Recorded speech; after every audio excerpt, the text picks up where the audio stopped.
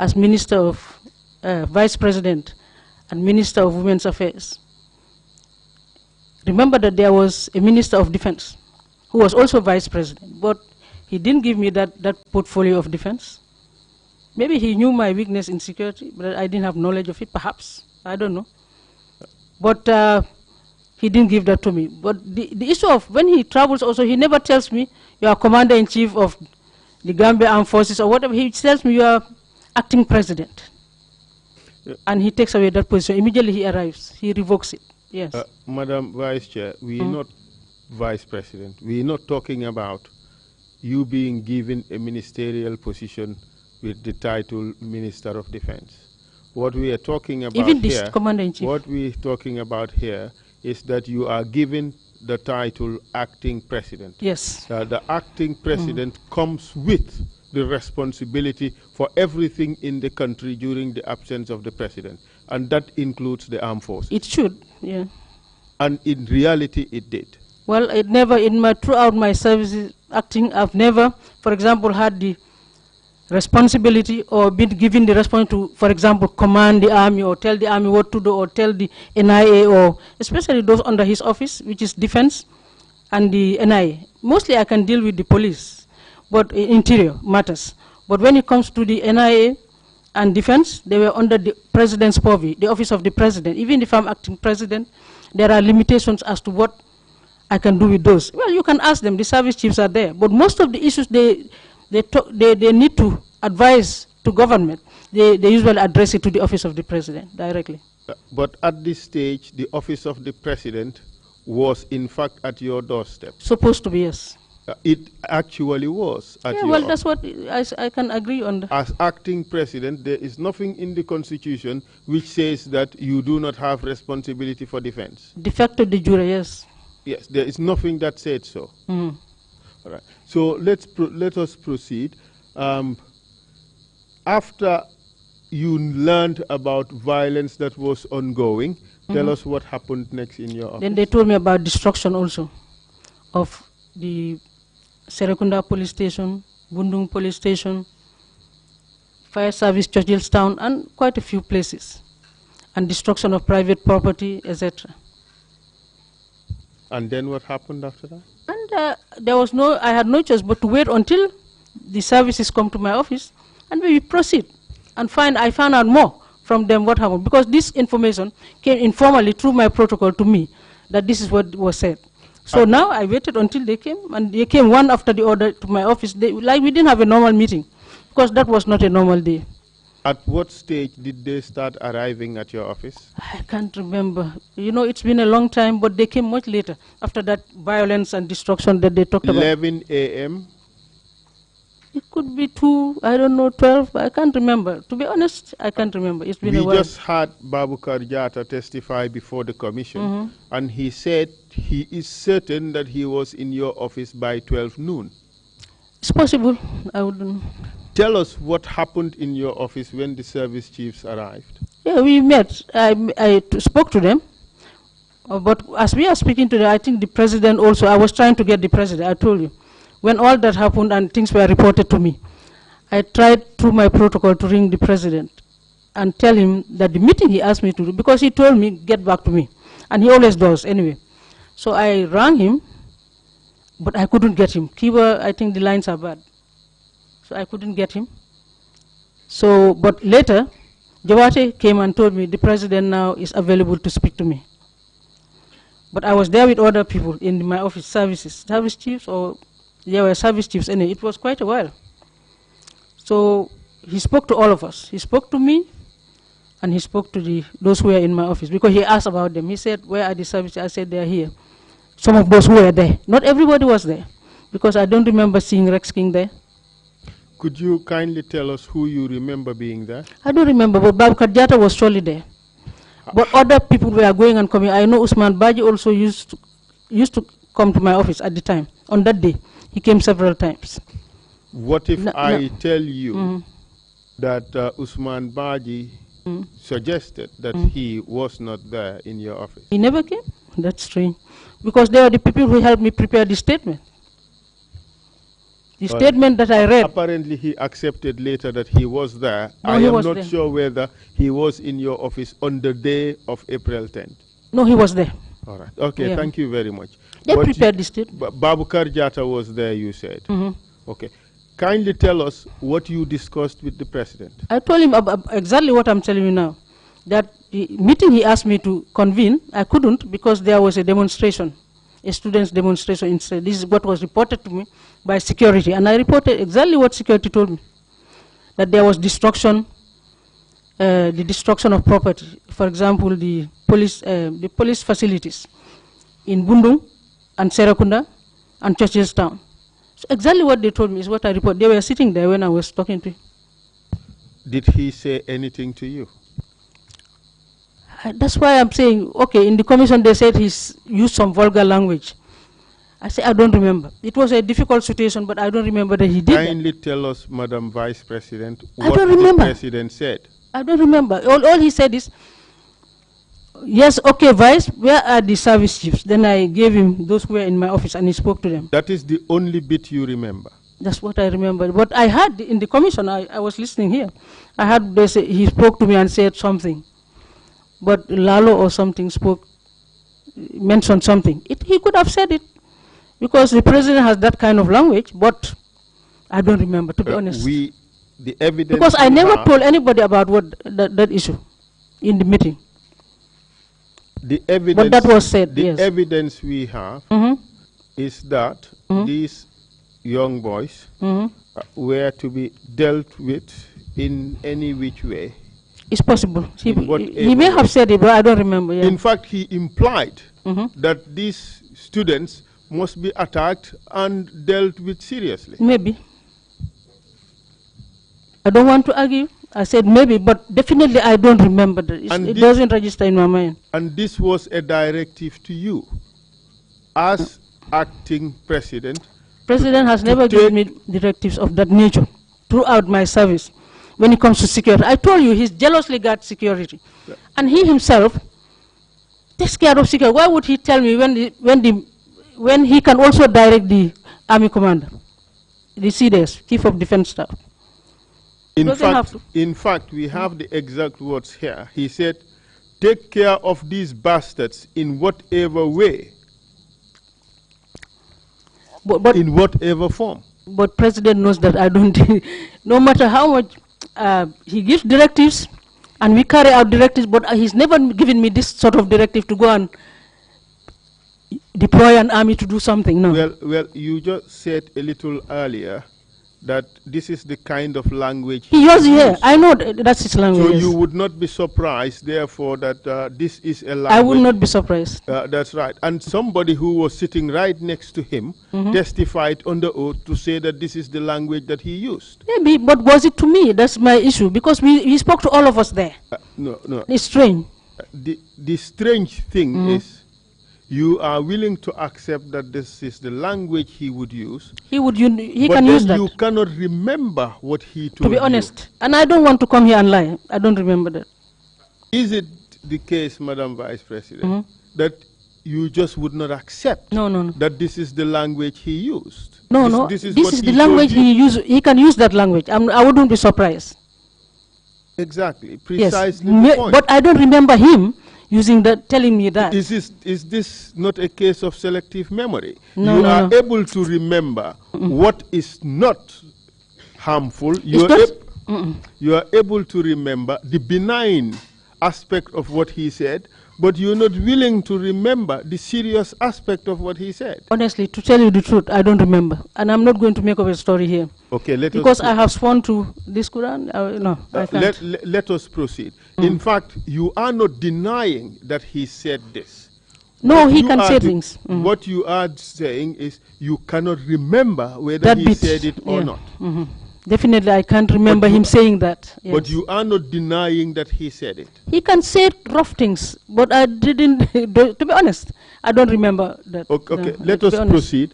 After speaking to you, he spoke to some of the service chiefs. Yes, Babukar Jatta was there were others, yeah. And who else did he speak to? I can't remember, it's been a long time. As a collective, did you discuss what is to happen next? Yes, we had Security Council meetings. We meet regularly. And when Babukar Jatta and others came, we met. I asked them, because I have to have the briefing. I didn't know what the situation is. They are the ones who give the situation. So then I asked them, what else? Because, you know, when it comes to security, they are the experts. I'm not an expert in security. I depend on their advice. So I asked them, what else?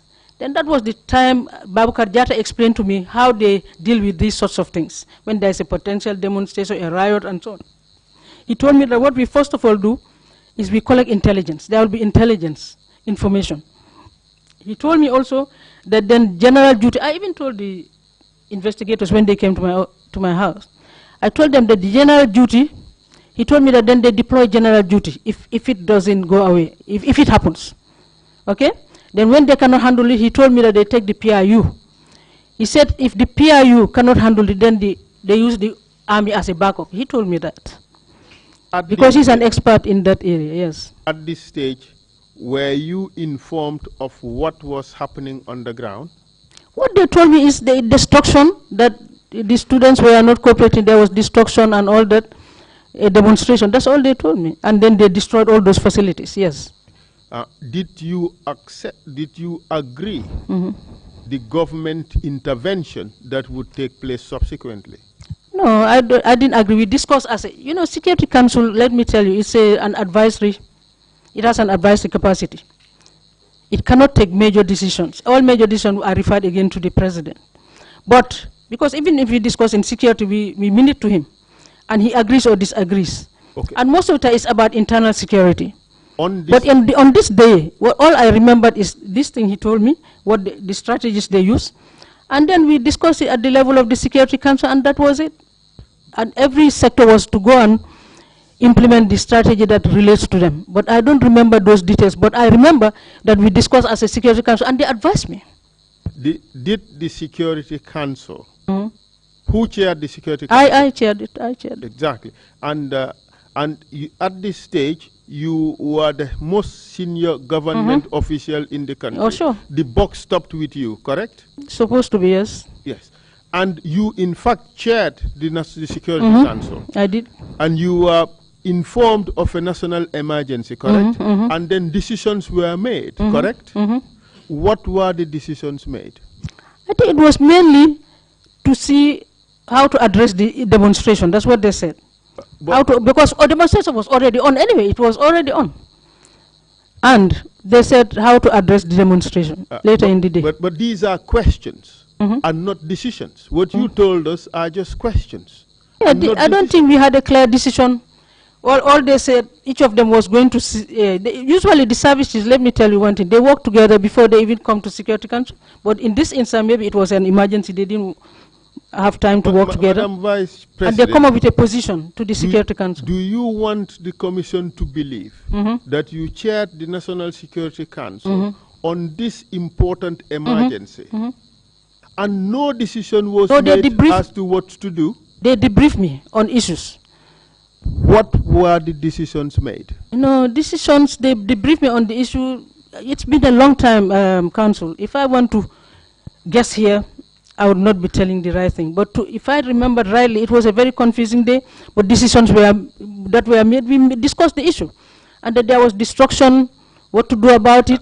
And later they all told me also that as a result of the destruction of security facilities, some of them need to be put in place quickly because they were in very vulnerable areas. Madam Vice President, if you do not tell us the decision that you took, I would tell you what the evidence is. Well, we've been informed by a member, a person who was present, Mr. Babukar Jatta, that you ordered him to deploy the military to the ground. I didn't.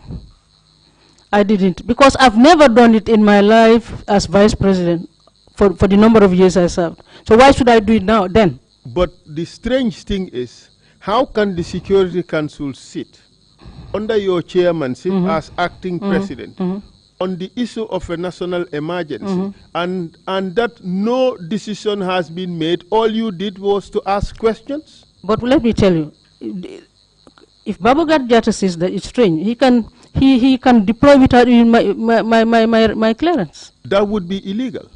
Well, it can happen. But that would be illegal. You would accept that. But it can happen, yes. But you would accept that would be illegal. Yeah, well, now, if I was acting commander-in-chief, but I told you I wasn't. But clearly you are under the constitution. But it has never happened. I've never acted as commander-in-chief. Well, perhaps now you would deny. No, not now, even then.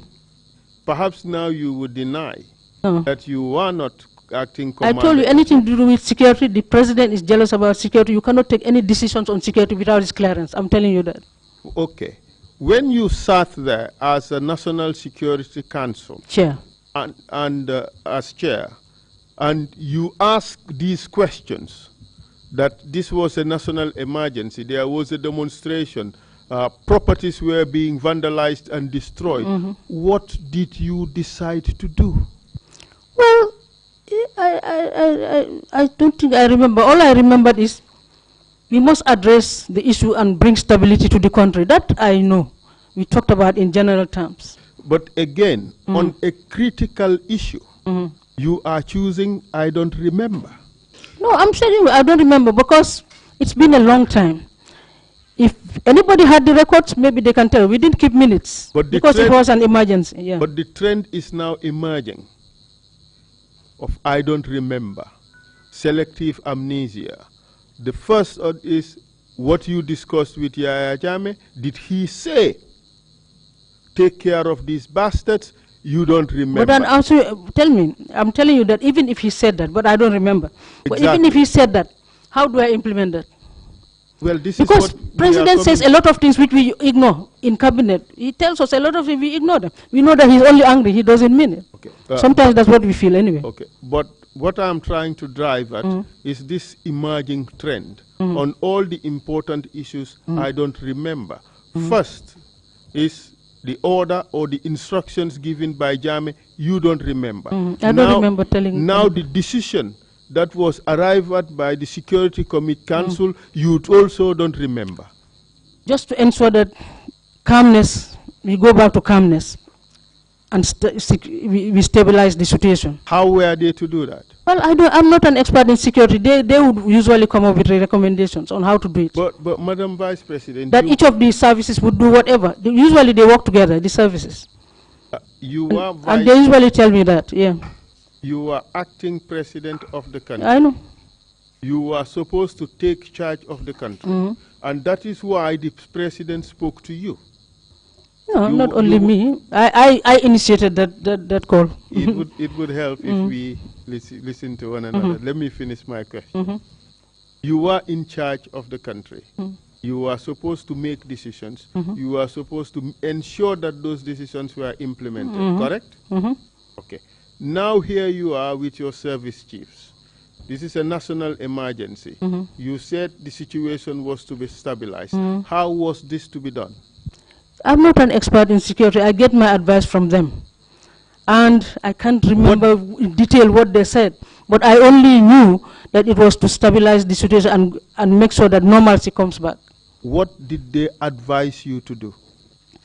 They didn't advise me to do something. We usually speak as a family in security. In security, yes, I may be the chair, but we only speak as a family. Each of them, in fact, we argue. We agree to disagree on a lot of things. But this was an emergency situation. To tell you the truth, I don't remember the details. But definitely it was to ensure that there is normalcy in the country. And each of the services will work together to ensure that they stabilize the situation. But this is the crux of the matter. This is the critical issue. You, as the National Security Council, was the central coordinating point of government intervention, wasn't it? We were, but there was no time. Because this was a very tight day. A lot has happened. People are traumatized. There wasn't time to remember all these things. Things were happening. And you cannot keep the security there for long.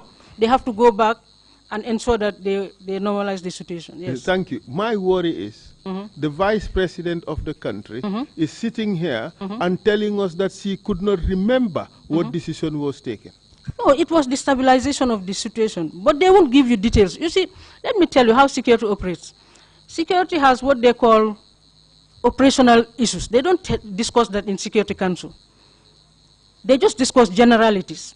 And each of the services go back and did their own, because they are the experts in that area. I'm not, you know. Yeah. You led a meeting to stabilize the situation.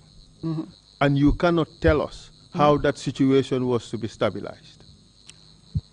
That's definitely the job of security. They have the expertise. They know what to do to stabilize the situation. I don't. Again, lack of knowledge on your part. Yes, I admit that. I said I'm not a security expert. I don't have security background. No, we're not suggesting that you have that knowledge. Yeah. The issue is you cannot even recall what decision was taken. No, to be honest, it was an emergency meeting. I cannot recall. Again, because security was supposed to go back immediately. Again, you cannot remember. Huh? Again, you cannot remember. What, the issues? All right. I said to stabilize. Okay, the let's proceed. Yeah. Let's proceed. What happened after that in your office? In my office. Later, they told me several things. I think even in that meeting, they told me that, or later, they told me that we had a series of meetings. People come in and out. They told me that, I think, if I remember rightly, that some of the Gamsu leaders were arrested, I think. The leadership. They mentioned that in the security meetings. I don't remember whether it was the second meeting or which meeting, because we never had a normal meeting. Because the security on those 2 days were going in and out, in and out. Sometimes I meet one, sometimes I meet two. Did the government pronounce itself about what has happened? Of course, of course. They wrote a statement for me. After that security meeting, they wrote, during the security or after, I can't remember. But they wrote a statement. And it was the services that wrote it and brought it to my attention. And I think I just forgot to say that in that statement, they also said there was shooting. And shooting came from the crowd. I think, and then they said, talked about all the vandalization, which I also mentioned to you. That was all part of the statement, yes. Could you tell us how the statement was written? You have told us that it was written the services wrote it. They usually bring it to me, I look at it, I take it back, they work on it. Of course, if I have questions, I ask. Because there are instances where, when they said there was shooting came from, I didn't know there was any shooting on the ground. I didn't know until I read the statement. I said, what shooting? And I asked them the question, are you sure there was shooting? And what kind of shooting? Oh, yes, there was shooting. It came from the crowd. I think the statement also covered that there were rogue elements in the crowd, that there was a crowd, and indeed there were rogue elements also among the students. This is what they told me. But I don't remember. I don't have the statement now. I can't remember everything. When did you get to learn about the shootings? I only knew after. When? Because in the statement said there was shooting, but I didn't take it. I didn't know what kind of shooting, and shooting was in the crowd. There was shooting that came from the crowd. When I read the statement, it was there. Okay. But when people died, I didn't know until after, when I left the hospital, because I went to visit. Remember, afterwards I went to visit the facility, the affected areas. When did you know about death among after students, I left the shooting by security officers? That people died. I only knew about that when I left the hospital, I think, and was going to my office or something like that. Somebody mentioned that to me. And that would be how many days after the incident? No. It should be the second day, I think, or the third. I can't remember when I went to the hospital. Again, dates, timelines. It's been quite a while. So you only got to learn about deaths of students actually people were second killed. Or third day after the event? Something like that. I went to the hospital either the second or third. I can't remember. So the statement that was written, was Njie consulted? Usually he should, because you see, you don't write anything about the president without consulting him. You cannot read anything on his behalf because it's his statement, not mine. So usually, I know that when this statement was written, the office of the president was there, the Minister of Defense, Minister of Interior, well, the services, because they didn't write it in my office. They went to, I think, Defense and wrote it there. But we are in the same room. We are in the same facility, in the same part of the the building. Do you recall, or do you not, whether Njie was consulted? I think he should be, again, I only said he should be consulted because there is hardly a statement we write for him without consulting. But I didn't do the consultation, so he could be consulted by the office of the president because mostly that's what happens.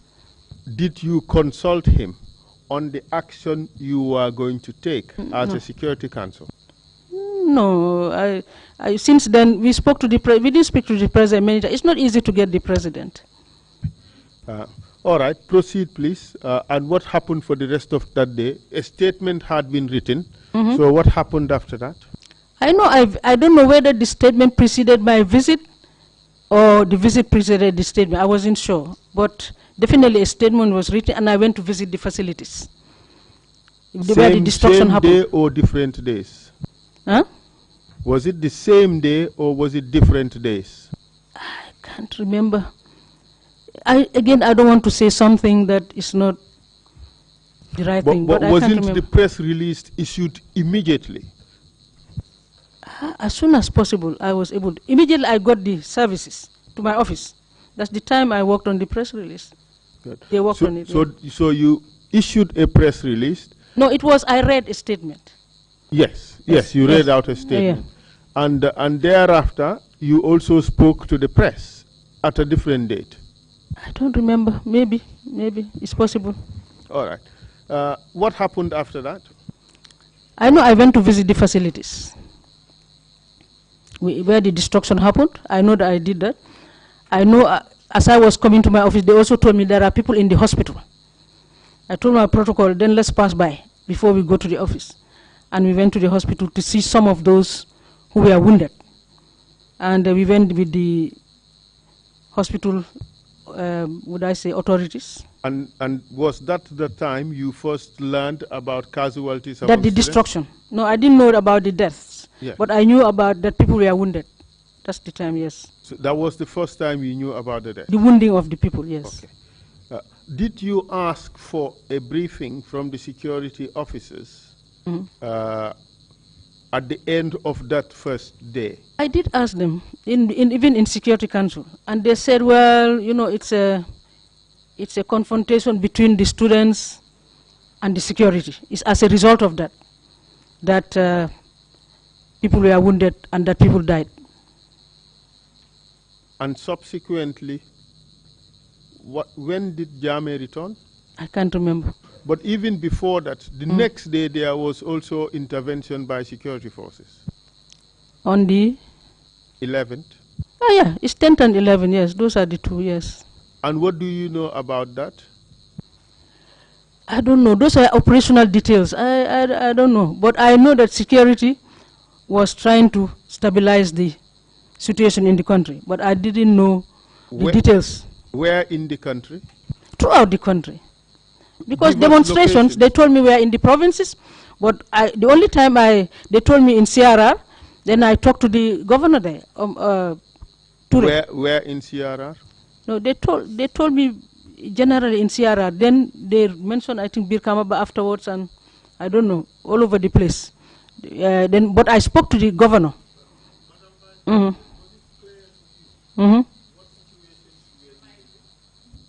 No. Was it clear to you what situation you were dealing with? Situation like what? That there was a demonstration and this national emergency? Yeah, it's a serious issue, yes. Were you clear at the time what you were facing, the gravity of this problem, and where were the pockets of trouble? Yes, that's why I told you, they told me Birkamaba. It was security that would advise me. I wasn't there. But I spoke to Omar, the governor, Trrc, and he said, well, he has tried, but he cannot, ACRR is a big area. He couldn't do much. And he himself, I think, suffered also. And what happened after all that? Well, after all that, I think later the president came, but can't remember when he came back. But I learned about the deaths, I told you that. Okay. Then they told me these people died, so yes. I said, but keep a record of it. Because they said usually they have what they call the criminal records office or something like that. I said, then take pictures and keep a record of the patients, because one day there might be an investigation. So what happened after that? After President Njie returned? When President returned, I think he also gave a statement. But he also met us in cabinet, that I remember. And he said there'll be an investigation, because I told him how the country feels. Because I got a feedback after that, because I met several people, remember. It was a chaotic situation, but I did meet a cross-section of the community, Gambian opinion leaders. I met, I think, diplomats. So I met them with security and told them to give, let us give an explanation of what has happened, because they need to know. You don't leave all these people like that without telling them, because diplomats would be the first to get worried about the situation. Then when we met them, they told us that they are worried about deaths of students and wounding of students, and really. And how many died? Later they told me, I didn't know the figure at that time, but later, I think the coroner's report was the one that revealed really the amount. So before the coroner's report, they just said people died. You did not know how many I people didn't know died. the amount. Did but you inquire? Yeah, I didn't, but they just told me that. Remember, this is you see, it's easy for me to sit behind here and just say things. It was not a normal period. You don't remember all these things to say how much this. You move. You had other things to do. You had a meeting to do. I said, if there are deaths, my advice is you should keep a record of it, because one day there could be an investigation. And when the president comes, you also show it to him. But you did not inquire as to how many deaths occurred? I don't remember. Honestly, it was the coroner's inquest that gave the amount, 14 or something like that. Yeah. When the president came? Yes. Thank you. He gave a statement. I remember that he made a statement. What was the mood of the country at the time? No, the country definitely, everybody wanted something to be done about this. That I know. They felt sad. Everybody was worried. Because Gambians don't like instability, generally. So they were worried. What actions were taken by the government? The president, not the government, the president said he would set up a commission. He would investigate, that's all he said. Then now we heard about the latter commission, but first of all we heard about the coroner's inquest, yes.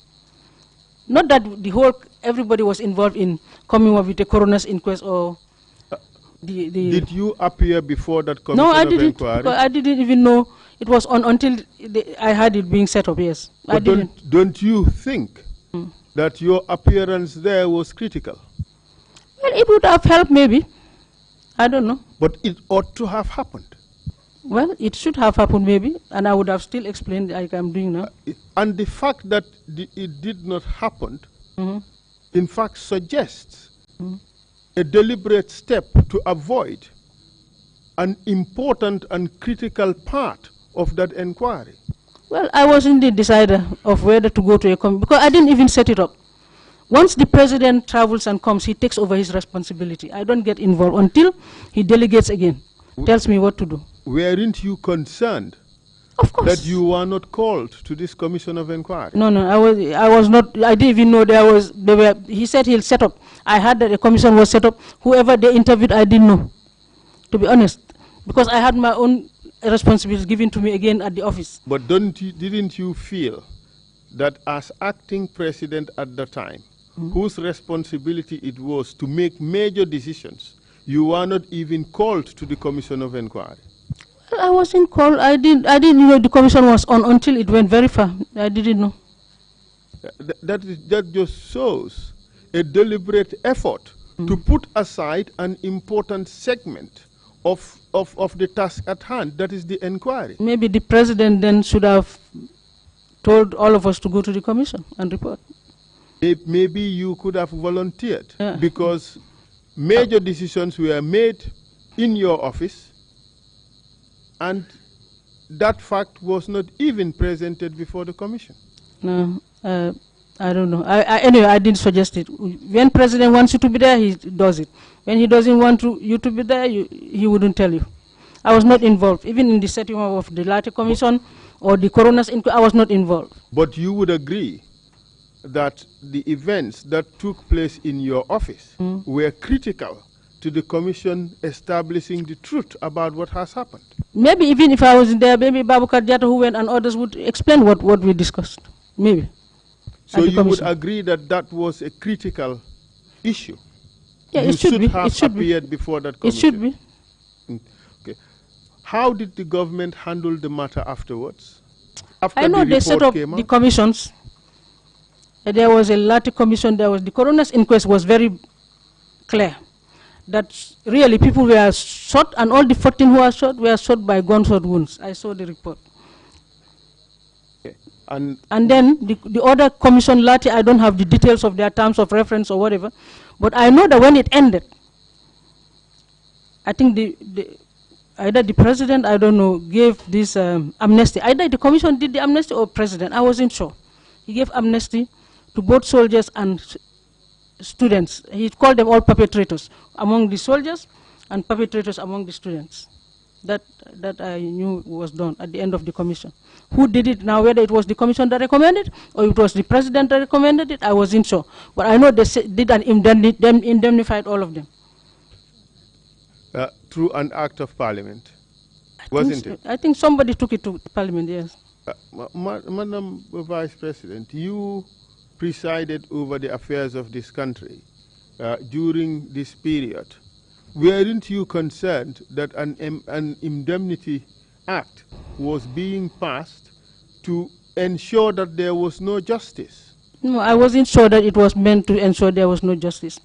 I thought inquire? What the president said at the time, and that's what I thought was, he said it's to ensure peace and stability in the country. He forgives everybody, gives everybody amnesty. Did you look at the act?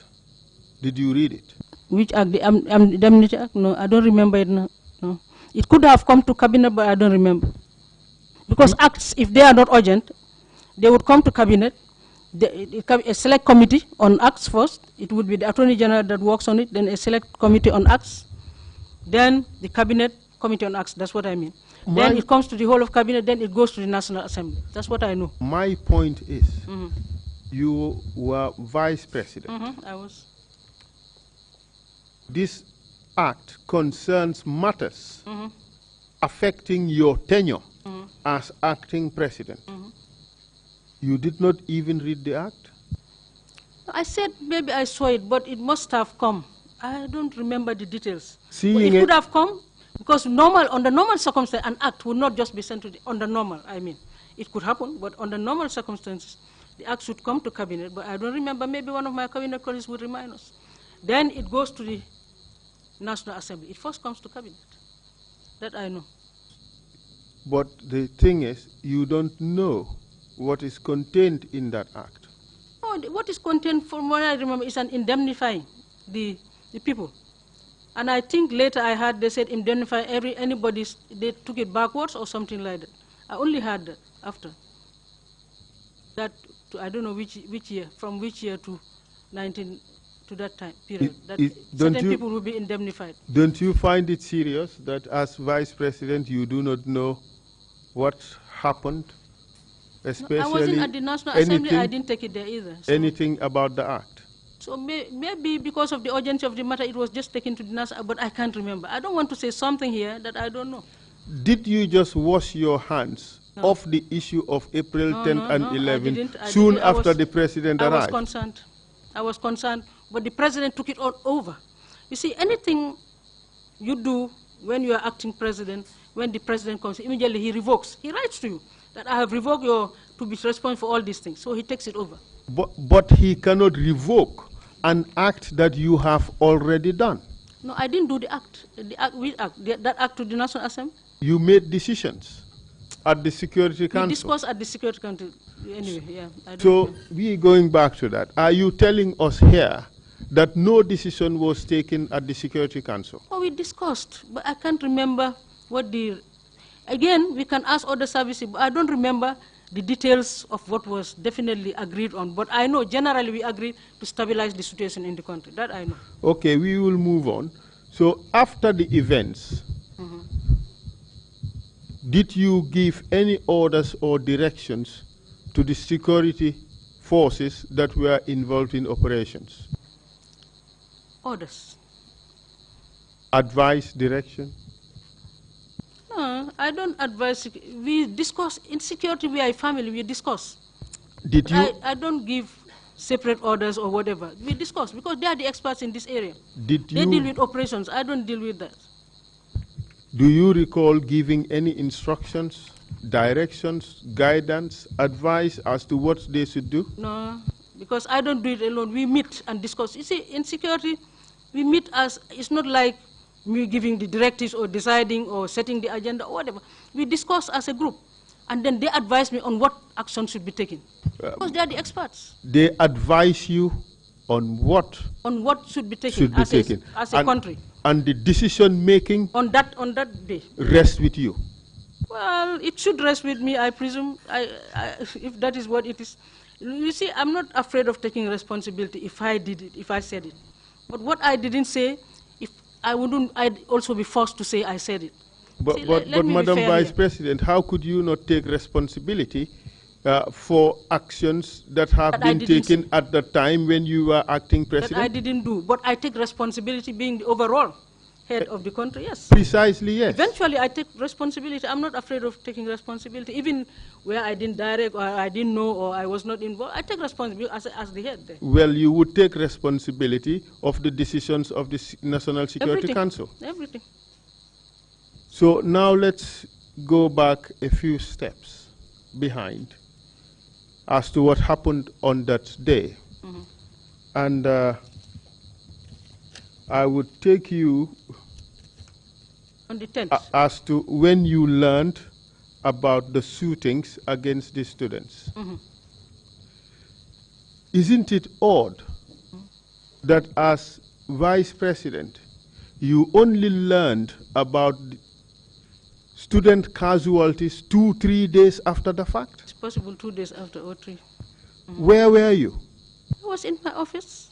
The whole country knew and I went. The whole country knew that students were killed.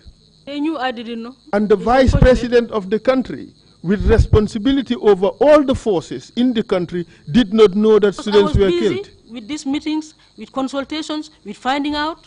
So how would I know? I went to see the venue. I did the best I can. I went to the hospital to see those who are sick. So that's how, people would not get near you. If you are Vice President, you are surrounded by all this security, you are moving, you don't even access people. Who would tell you? Who would tell you? It's only I told you, the diplomats and the cross-section of Gambians who made me know some of those things. Madam Vice President. And meeting some of the principals, etc. As acting president of the country, mm-hmm. It is a serious disaster mm-hmm. that you did not know what was happening in the country. Well, it does happen. If you are not informed, you wouldn't know. It should not have happened. It should not have, but it has. It's hard to believe that you did not know what was happening. I didn't. Is this another case of I do not know? You can be surprised that in government, you can be in government and not another part of government knows something that the other doesn't. It does happen. But the radio stations were announcing deaths. But I didn't have time to listen to any radio. By the time I reached my home, it's midnight. That was a difficult State House was just right next to the National Hospital. Yes, I went. Casualties were being brought in all the time. I didn't see. The sirens were going. I didn't know. And yet still you didn't know. No, and I'm not going to say here that I know when I didn't. Isn't this another case of selective amnesia? No, it's not selective. I didn't know. I only knew when they explained to me, and I told them to take a record. They said they have what they call the CRO. I said take a record. Tell them to take a record and keep it when the president comes, and also for further possible investigations. Because if there are deaths, there must be investigations. Now let's talk about the orders. Mm-hmm. The evidence we have mm-hmm. is that mm-hmm. we have spoken about what you can recall Yaya Jammeh telling you. Mm-hmm. That is, he ordered that. You ordered the forces to go and, but you said you can't remember that. The forces, no. All right. He may have said that language that you talked about, but in the thick of things, it was very confusing, and I don't remember that. Okay. But if he may have said, mm-hmm. He may have. Wouldn't that really amount to an order? If he said it, but he would have qualified the order in detail. But I'm telling you that the president, unless because he's far away, but he never brings tells me orders to tell the security generally. He tells me orders about sectors, but generally about security, and the security is not a sector? He guards that. I said other sectors, civilian sectors. But he guards that usually. He guards anything to do with the army, the security in general. Well, Babukar Jata was here, and he said you ordered him to send the military. I said it's not true, but we discussed in Security Council. He came, he gave his position, everybody gave his position, and then I think what security agreed at the time was to stabilize the situation in the country, and they all went and did whatever they have to do on their own. But who did they? Are you saying they did what they did on their own? No. I'm saying every sector would do what is as per your responsibility. So security is responsible for ensuring their security and stability. And that's exactly what they went to do. Well, the problem in the council, here, because it was remember, this was ages ago, 19 years. You want me to remember every bit that happened? It was a confusing situation? No. But this is an event that happened once in 22 years. Yes, so therefore, it is so important. But so many things happen in 22 years. It's difficult for me to remember. Could we avoid speaking over each other? Otherwise, it would. Right. The thing is, Madam Vice President, the people you want us to believe that no decision was taken. There was. Decisions would be taken, but jointly by the Security Council. I told you that. I said maybe there were decisions taken, just like all decisions were related to stabilizing the situation. Let me make life a little easier.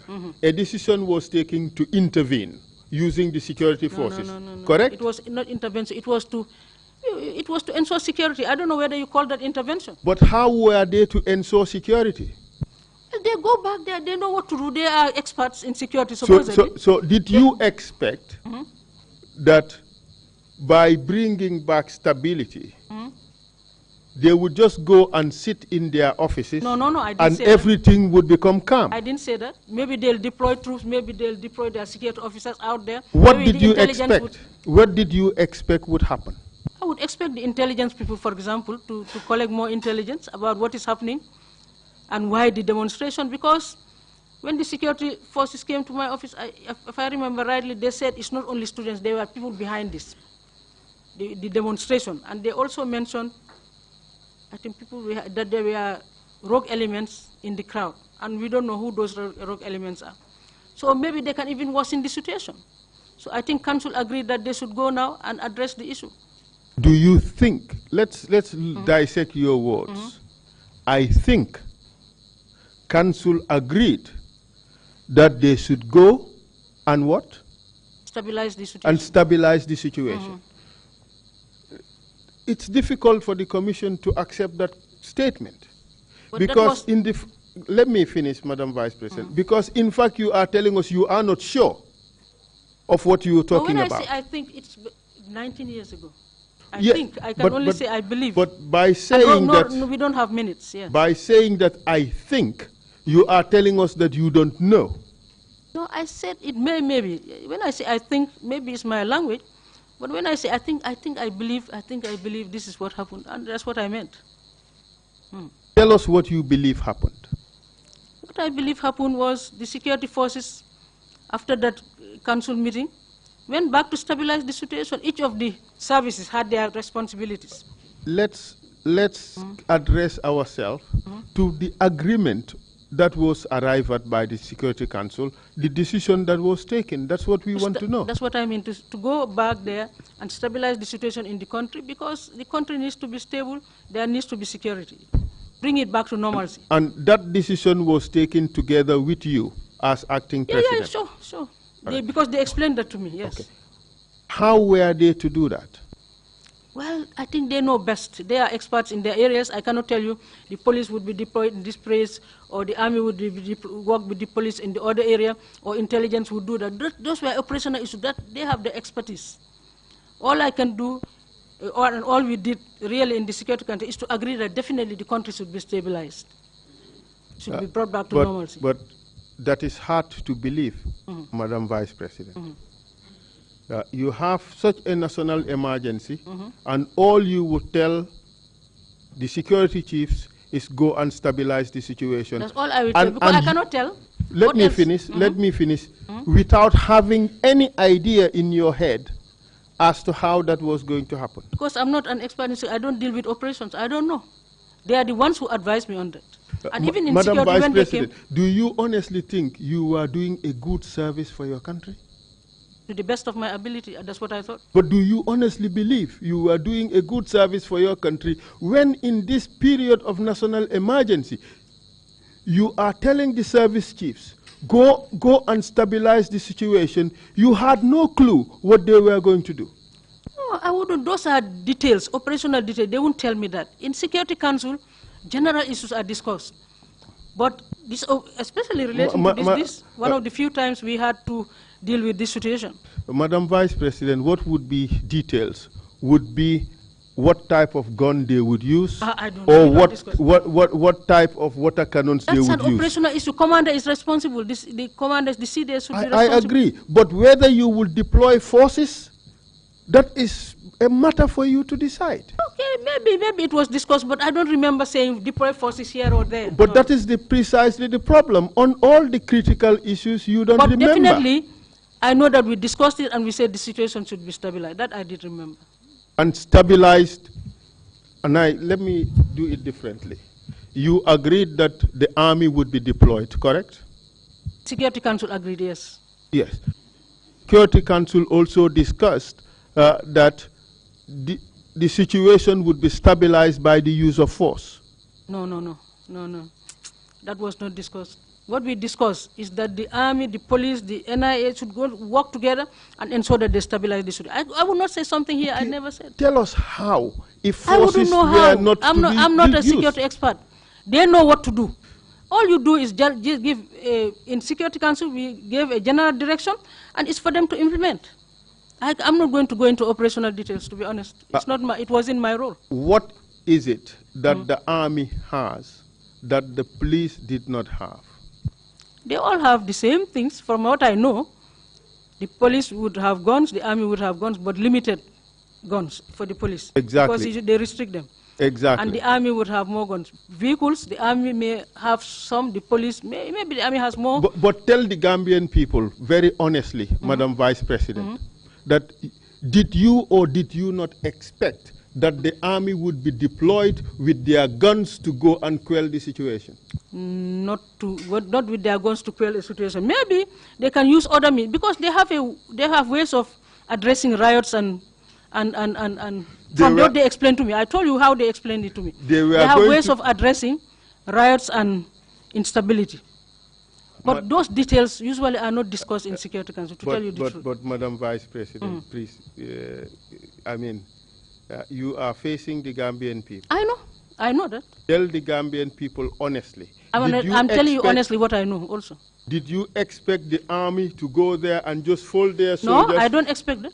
And say, situation calm down and magically everything will calm down? No, I don't expect that. But then, their chief of defense staff, who is the head, who gives commands, who takes care of commands, maybe knows what to tell them. Because these are operational issues, I don't know. Seriously? Seriously. I don't deal with operational. I've been in the Security Council for a long time.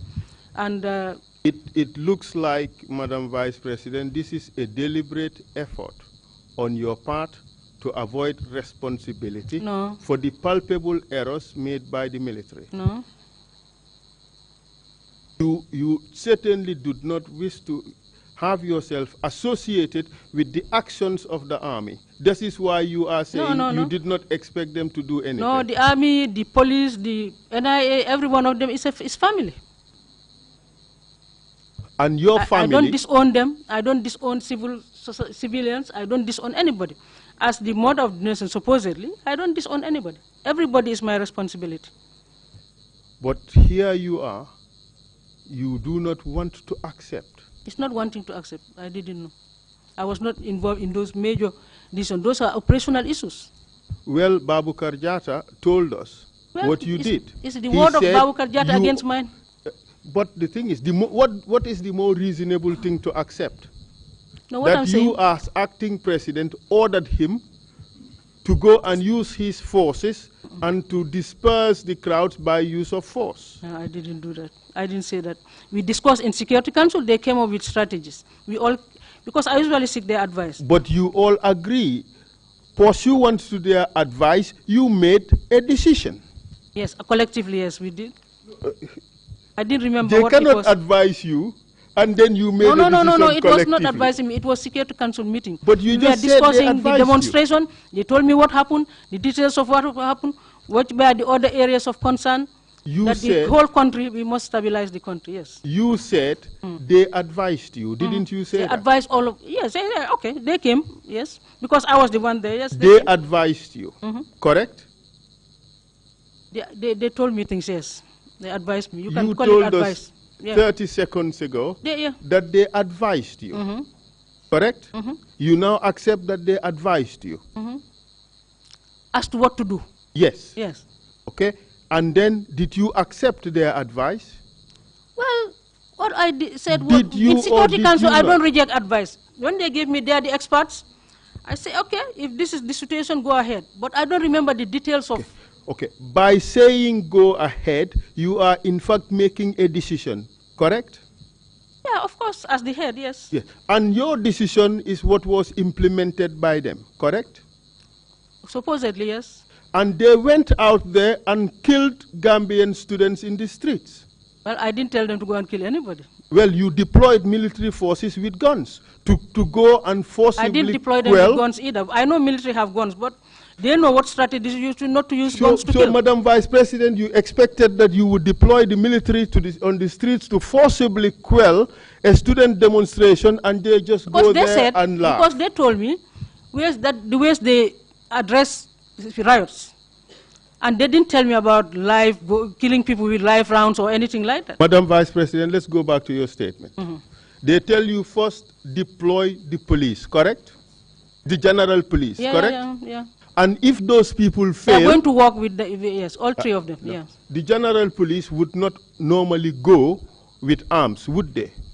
No, they said when they were explaining to me how they do it. Could you kindly answer the question?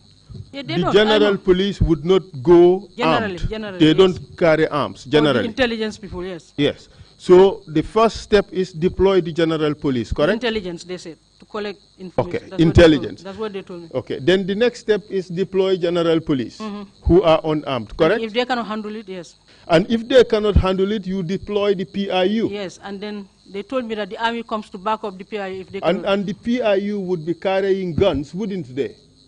Yeah, they have guns, I think. Okay. Yeah. And if they fail, then you deploy the army, correct?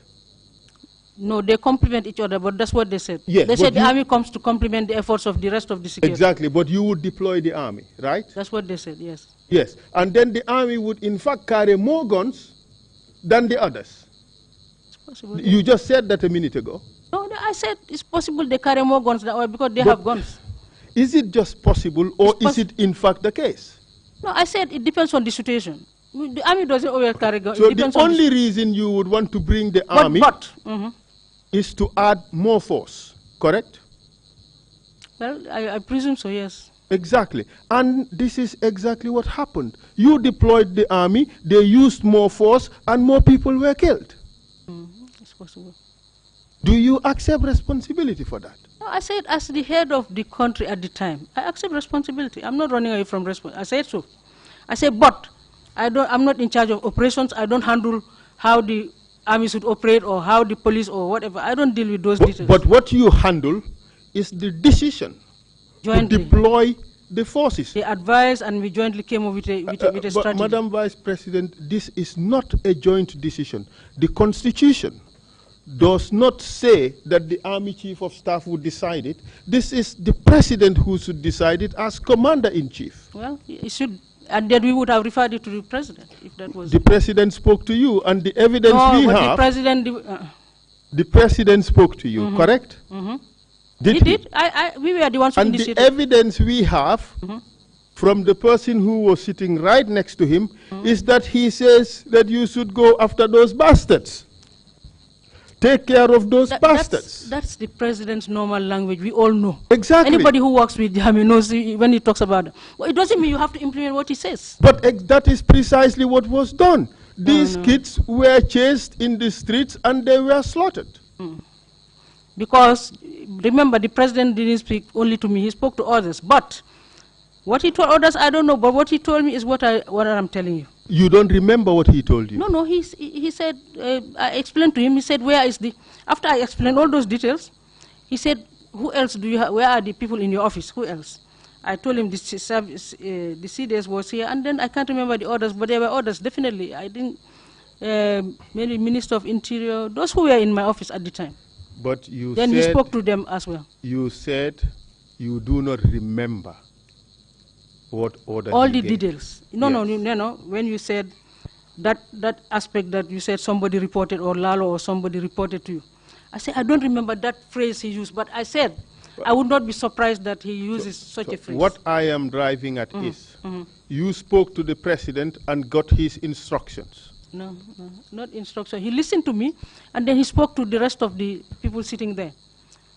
So maybe he thought we were on the right track after we explained all that destruction, everything, and the other services also spoke to him. So he had a better view of what happened in his absence. And he told you what he wanted? I don't remember him telling me beyond this. But you, as I said, he said, he said those words. I said, I'm not surprised if he said that. But generally, I'm not the type who would go and implement anything that President Jammeh says. Because sometimes he says certain things. Are you serious? That it's true. Because statements like this, he just says them. Let me ask my question. Yes. This is not a directive. Did you last in government under Jammeh for 20 years by defying his decisions? Especially these kinds of talk? No. No. The question is, did you last in Jammeh's government for 20 years by defying his decisions? Especially this type, yes. I defied those. There are times when we argue with the president and we disagree as well. You want us to believe? Madam you don't have to believe, but ask people who... I would bring it to the commission later. If you look at the videos of Jammeh's speeches where you were present, for 20 years, all you would be doing would be like this. It depends on what he says. He wouldn't say, kill somebody and I do this, or I'll put you 6 feet deep and I do this, no. Well, he was saying those things, didn't he? But I'm saying when I note, it's not related. He was saying those things. I will put them 6 feet deep. We will listen to his speech. Did you agree? We are not nodding throughout, remember. But did you agree with him about that, putting people 6 feet deep? No, we don't agree. But you did not resign your job. No, we didn't. You stayed on throughout. Yes. Effectively acquiescing his style of government. Well, we tried to make changes from within. We tried to discuss with him where we can. But the isn't that an excuse? The president is not somebody you sit with all day and just go to his office and talk to him or advise him. It's always in a cabinet setting or in a program setting. Let us move. Yes. The statement was written. Yes. And the statement was false. Well, what I found later, when they said shooting came from the crowd, and then the coroner's inquest came and showed that those who died were killed by gunshot wounds. Then I knew, of course, that was not true. Because I challenged them on the statement, mark you. Before, when you tell me something I'm not too sure of, I go and say, are you sure? They said, we are sure. Are you sure? They said, we are sure. And we received that evidence. No, I don't know. That there was discussion in your office as to whether that statement was true or false. No, I remember, definitely I asked them. Exactly. But it was known at that stage that that statement was false. But I didn't know. Because I was not on the ground. The evidence we have is different. I'm saying the evidence we have, but at that time I didn't know it was false. Well, Babukar Jata said here... He said it was false? That, yes, that statement was false. And why didn't he tell me? He said at your office it was discussed that that was not true, but some believed it was true. No. Okay. When I challenged them, they said it was true. And that's why I read it. I would not have read it. I received a statement from somebody who worked in your office who said that Jammeh directed you to read this statement as it was, including that false language. Yes, that's why I said, I don't remember the details, but I think I would hardly read the president's statement that was not approved and sent to him by the office of the president. So therefore, you read the statement because Jammeh told you to do so. Because it was his statement, yes. Exactly, and yes. you read... But I didn't read it because it was false, no. No, you at read, the time. You read what Jammeh told you. And you knew at that point that that was false. Because I kept on telling them, this thing, I'm not comfortable with this shooting coming from the crowd. Was there any shooting? And what shooting came Madam from Vice the crowd? President, the honorable thing you should have done. But the final thing. Just a moment, let me finish. You knew at that point that that statement when was did I false. know? You said when? During those discussions, when Njie had to intervene to say that you must read this But I statement didn't as know it Njie was. intervened. That's why I'm saying these things can happen in the background. Maybe protocol knew because he was going to the ministry where the statement is being drawn. Me, they only bring me the statement. But I told you, generally, the president's statement, the president of it will not give it to me, finalized, without him seeing it. I know that. But I wasn't sure that he saw it. The evidence we have I wasn't sure. is that you protested the inclusion of that language I in the did, statement. because I wasn't sure that shooting came from the crowd. There was shooting. I said, how come there was shooting and it came from the crowd? Because it disturbed me a lot. Because the first draft I read, it wasn't there. It suddenly appeared. So that's why I asked them. Yeah. But they said, the security said, no, it's true. But that same information, that same witness told us that Njie insisted that you read the statement as it is. Njie didn't talk to me. So how did he get the message? I don't know. Well, we only spoke to the president once. The president is not easy to access. We spoke to him once. Well, so maybe president office spoke to him and he said that it's possible. I wouldn't say but no. When you read that statement, Madam Vice President, you knew that statement was false. No, when I read it, I didn't know. To be honest, it's only when I saw the coroner's inquest, because when they tell me that shooting came and it came from the crowd, and I argued with them, and they still said it was true, well, I said, so be it. You are the experts on the ground. So I read exactly what they told me it was. Okay. When you subsequently discovered, as you say, that the statement was false, what did you do? No. When I discovered, that was after the coroner's inquest, you know. Then they said the 14 all died. After they interviewed people, I think, either those who killed or whatever, they said those who died of gunshot wounds. And that's when I looked back and said, so they died of gunshot wounds. That means who has guns? But when they said there were arms in the crowd as well, that the crowd was armed, because they did mention that there were armed groups in the crowd. So who shot? It's either the armed groups plus the security or who? But if it is only students that were killed and no other person in the crowd, then I came to the conclusion that it was the army or the security. You concluded that the statement you fed the Gambian people was false. I knew after, yes. What did you do about that? About the shooting from the crowd, yes. What did you do about that? Well, it was fait accompli. What do I do about that? It already happened. A coroner's inquest was done, and they have proven that indeed the shooting was done by the security. But didn't you see that you have participated in grossly misleading the Gambian population? Without unknowingly, yes. Now that you have known about it, that your government, the one you serve as vice president, has grossly misled the Gambian population. What did you do about it? I didn't do anything at that time. Don't you think that you are morally and legally obliged to go out and correct that misstatement you have fed the people? No, I cannot, because my responsibility now ended when President Njie came and took over. If I have to go and do that, I'll seek clearance from him. Did you seek clearance from him? No, I didn't. Didn't you even deem it necessary that you should resign your job for having so badly misled the Gambian people on such an important matter? I didn't, to be honest. Now let's move on to the indemnity. You were there when it was decided that all those who committed these major crimes would be forgiven. Would not be proceeded. What I wasn't sure about, who came with that decision. Was it the commission that decided it, or was it the president, or who? But did you care to find out?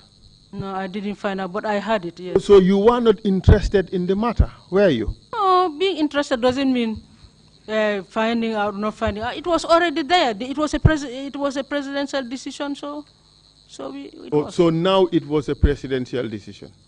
You just told us you didn't know. Thing. Huh? You just told us you didn't know. No, I said, because the commission. I say it's either commission or presidential. But now I'm telling you that it's presidential. There was because the president, I think, said for the sake of peace and stability, I did hear him say that It's better to forgive perpetrators on both the side of the students and the side of the security. He said that. But wasn't that also a lie? That's what he said. You are vice president. You should know whether that was true or whether that was false. Or he didn't forgive them, okay. No, what I am saying is there was nothing to forgive about the students. They were exercising their constitutionally guaranteed right to peaceably assemble and demonstrate. Yeah, but this is what I heard, that there were perpetrators on the student side, according to the conclusion of that. I don't know whether it was the commission that concluded, or it was the government. But in your view as vice president, was it right that the forces that you deployed, who went out there and slaughtered students, was it right that they are granted indemnity? It wasn't right, but what I heard the president say is for the sake of peace, that both perpetrators among the students and the security would be forgiven. That's what he said. Did you do anything about that? No, I think that was it. Yeah, I didn't. It was just convenient to go along as if nothing happened. No, it was not as if nothing happened, but at least a commission concludes, a commission comes up with recommendations, and government is supposed to implement that. And that's where I stopped. Yes, and government did not implement anything. In fact, government put it under the carpet. Maybe government implemented and clothed it with immunity with this indemnity act. That's what I said. They said they indemnified. And that was wrong, wasn't it? Well, they did indemnify. In fact, this was all part of a government cover-up to cover up your actions and the actions of Yaya Jammeh, the two of you who gave the military the authority to go out there and slaughter the students. I don't agree. Well, you were indemnified, weren't you? No, I was not mentioned in that commission. I was not even called by the commission. The Indemnity Act did not talk about those who were found culpable by the report of the commission. It talked about all those who carried out functions or did certain actions which are criminal. Maybe it did. So it covered your responsibility for the actions of the military that you deployed. And that is why you wouldn't go ahead and challenge the lawfulness of that Indemnity Act. Even if I was not involved in that, I don't think when a commission decides and the president came up with a final decision that I would go and challenge it. No. Well, you told me, Madam Vice President. I only challenge on certain things, but not that. You just told us that it was wrong to have passed that Indemnity Act. You just told us that. I said when I learned that it was the coroner's inquest when I learned, I then knew that indeed the killing was done by security forces and not the students or I don't know, rogue elements in the crowd could have done it, but I didn't know. I wasn't on the ground. I cannot go and guess. We know you were not on the ground.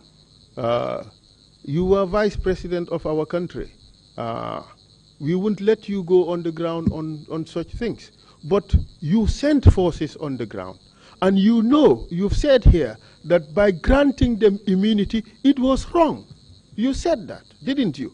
No, if they are the ones that kill, obviously it was wrong. Anybody who kills to be granted. But they granted immunity to both the students, they told me, and the security forces. But, Madam Vice President, this what I'm told is what I'm telling you. Our public officials are expected to have conscience and guided by morality. Isn't that the case? Should.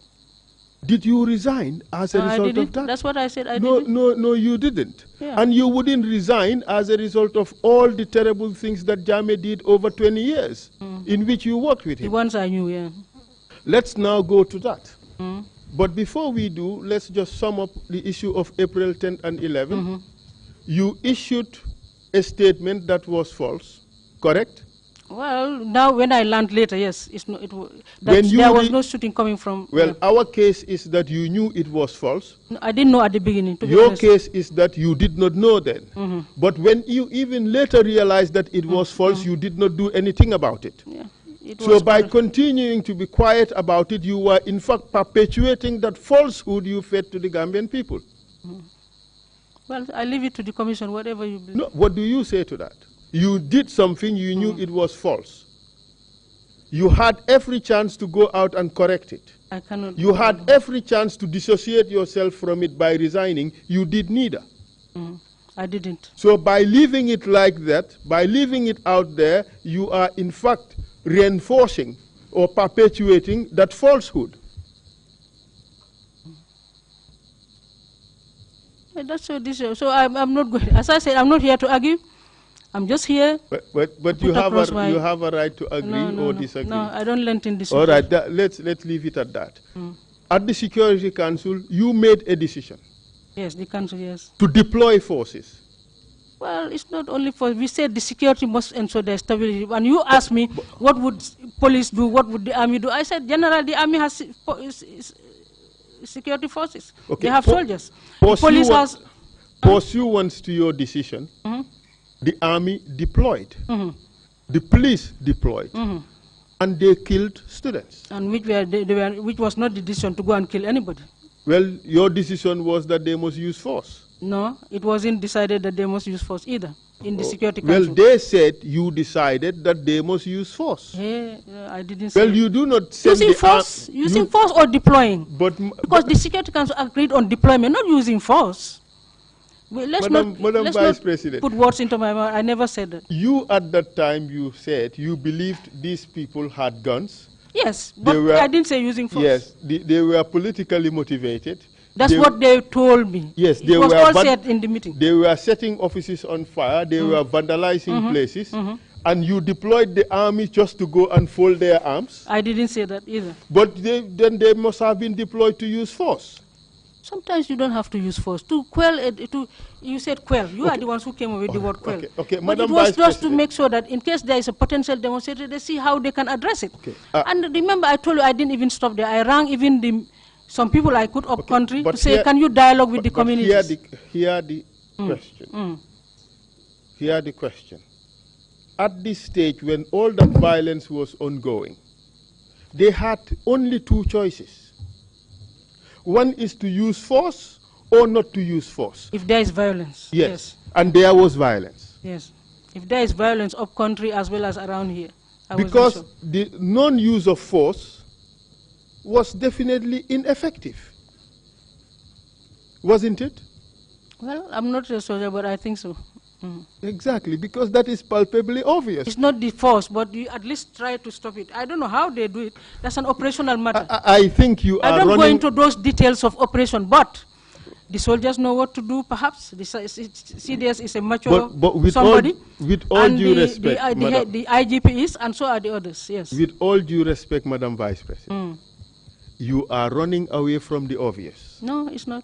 Which is... It's my limitation when it comes to security, to be honest. But is it your limitation that you do not know that it was only force that could have stopped that demonstration? No. It doesn't have to be force. If that was the last resort, maybe. But there were other things they should have deployed. But you all arrived at that conclusion. That they should use force? Yes. No, I didn't.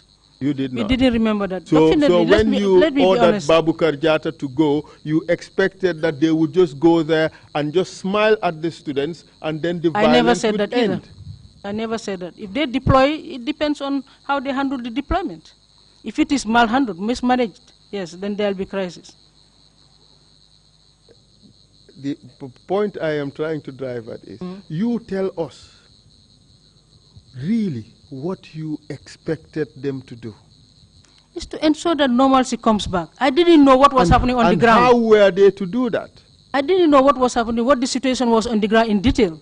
So I just said, let normalcy come. We all agree that there should be normalcy on the ground.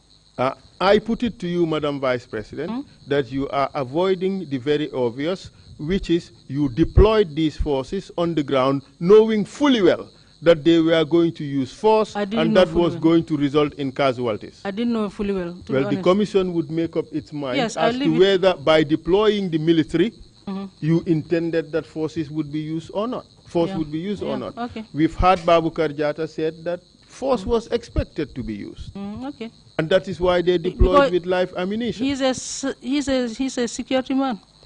So he knows what should be used. But for me, the way they explained that demonstration on that day, I told you everything, how they do it. All right.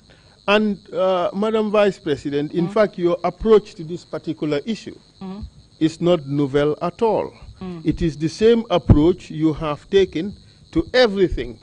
All the terrible things that Njie has done in this country for 20 years. But if I don't know, how would I get in, say? Oh, I don't have to say things I don't know. But let us find out whether you knew or you did not. There are things I know, there are things I don't know. But you knew definitely that there was an attack on the media in this country. Well, yes, I know that media government relationship, especially the president and the media, wasn't good. Yes, I knew that. And you knew that media houses were being attacked and burnt? After it happened, yes. You knew that journalists were being unlawfully arrested and detained? I think we read. And you knew some of them were being even targeted for assassination? I didn't know. No, I well, you knew that Haidara was killed? I know he died, but on the mysterious, we didn't know how. It wasn't so mysterious, Madam Vice President. No, what I'm saying, it wasn't so mysterious. Everybody in but this later, country... it's only this commission that brought it out, what I'm saying at that time. But that is in fact not the case, Madam Vice President. Yeah. Participants in that offense went out in the public to explain that it was the junglers who killed him on the instructions of Yahya Jammeh. Maybe they did. This is public knowledge, isn't it?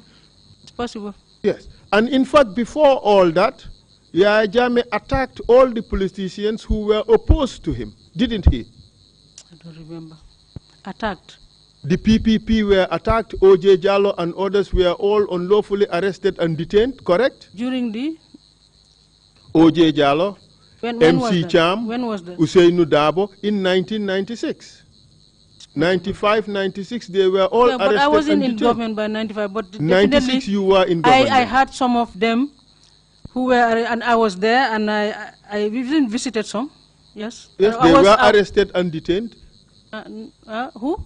They were arrested and detained. Yes, you visited some of them. Even the commission said it here. And that was unlawful, wasn't it? Yes, yes. Exactly. So. And not only that, not only the attack on politicians, not only the attack on the media, not only the assassination of media personalities, but there were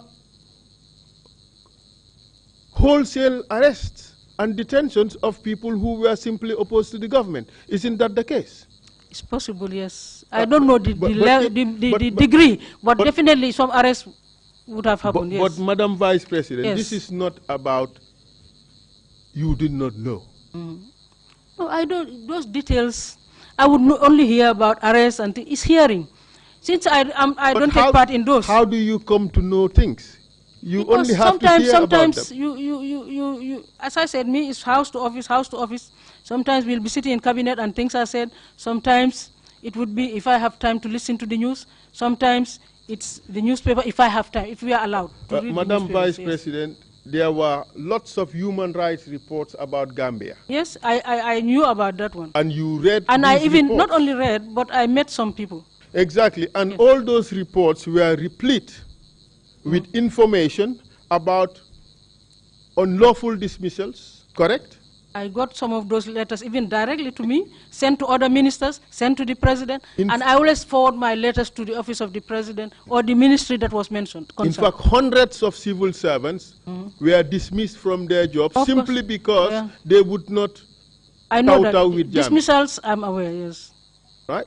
Definitely. And these are, in fact, people who are the nation's greatest resource. I know.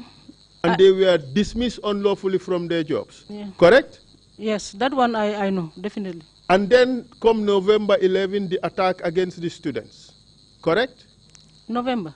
April 10th, sorry. April 10th, yes. And even before that, in November 11 of 1994, you were not yet in government, Jammeh unlawfully executed soldiers. I knew that during the commission, yes, the details. But that is a fact that it happened in this country, isn't it? It happened because when the commission revealed it, I heard about it, yes. So by that act, Jammeh silenced the military, didn't he? Partially? That one, 90. He caused 94. fear in the military. 95. Yes, he caused fear in the military, didn't he? I'm sure. He also caused fear in the politicians. Yeah, through his unlawful arrest and detention. Of course, yeah. He also caused fear in the media.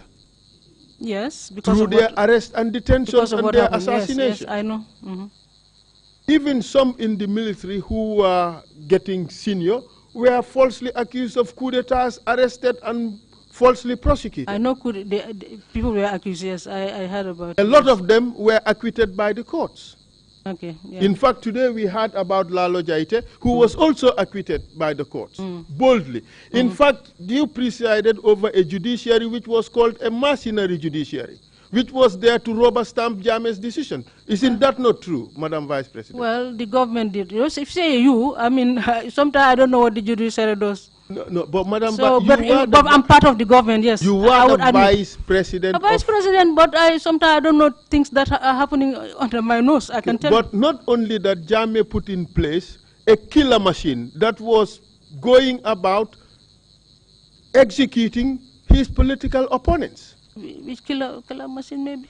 I don't know. Everybody in this country heard about the junglers, didn't you? Yeah, the junglers after we heard about it, but not after, Madam Vice President. Junglers, we had them during the life of their operations. No. Everybody in this country knew. I gave you an example. I said if I knew certain people that were sent to me for cover, plus security cover were junglers, I would be fair. I was just cringing when I heard about their testimonies here. Well, maybe you were also targeted to find out whether your loyalty subsisted. I don't know, but they were there. They were posted. Who knows? Maybe if you... I wouldn't know, but I was definitely worried when I learned that some of the people who were sent to me through General Baji to change my security were also junglers. I really got worried. You were worried?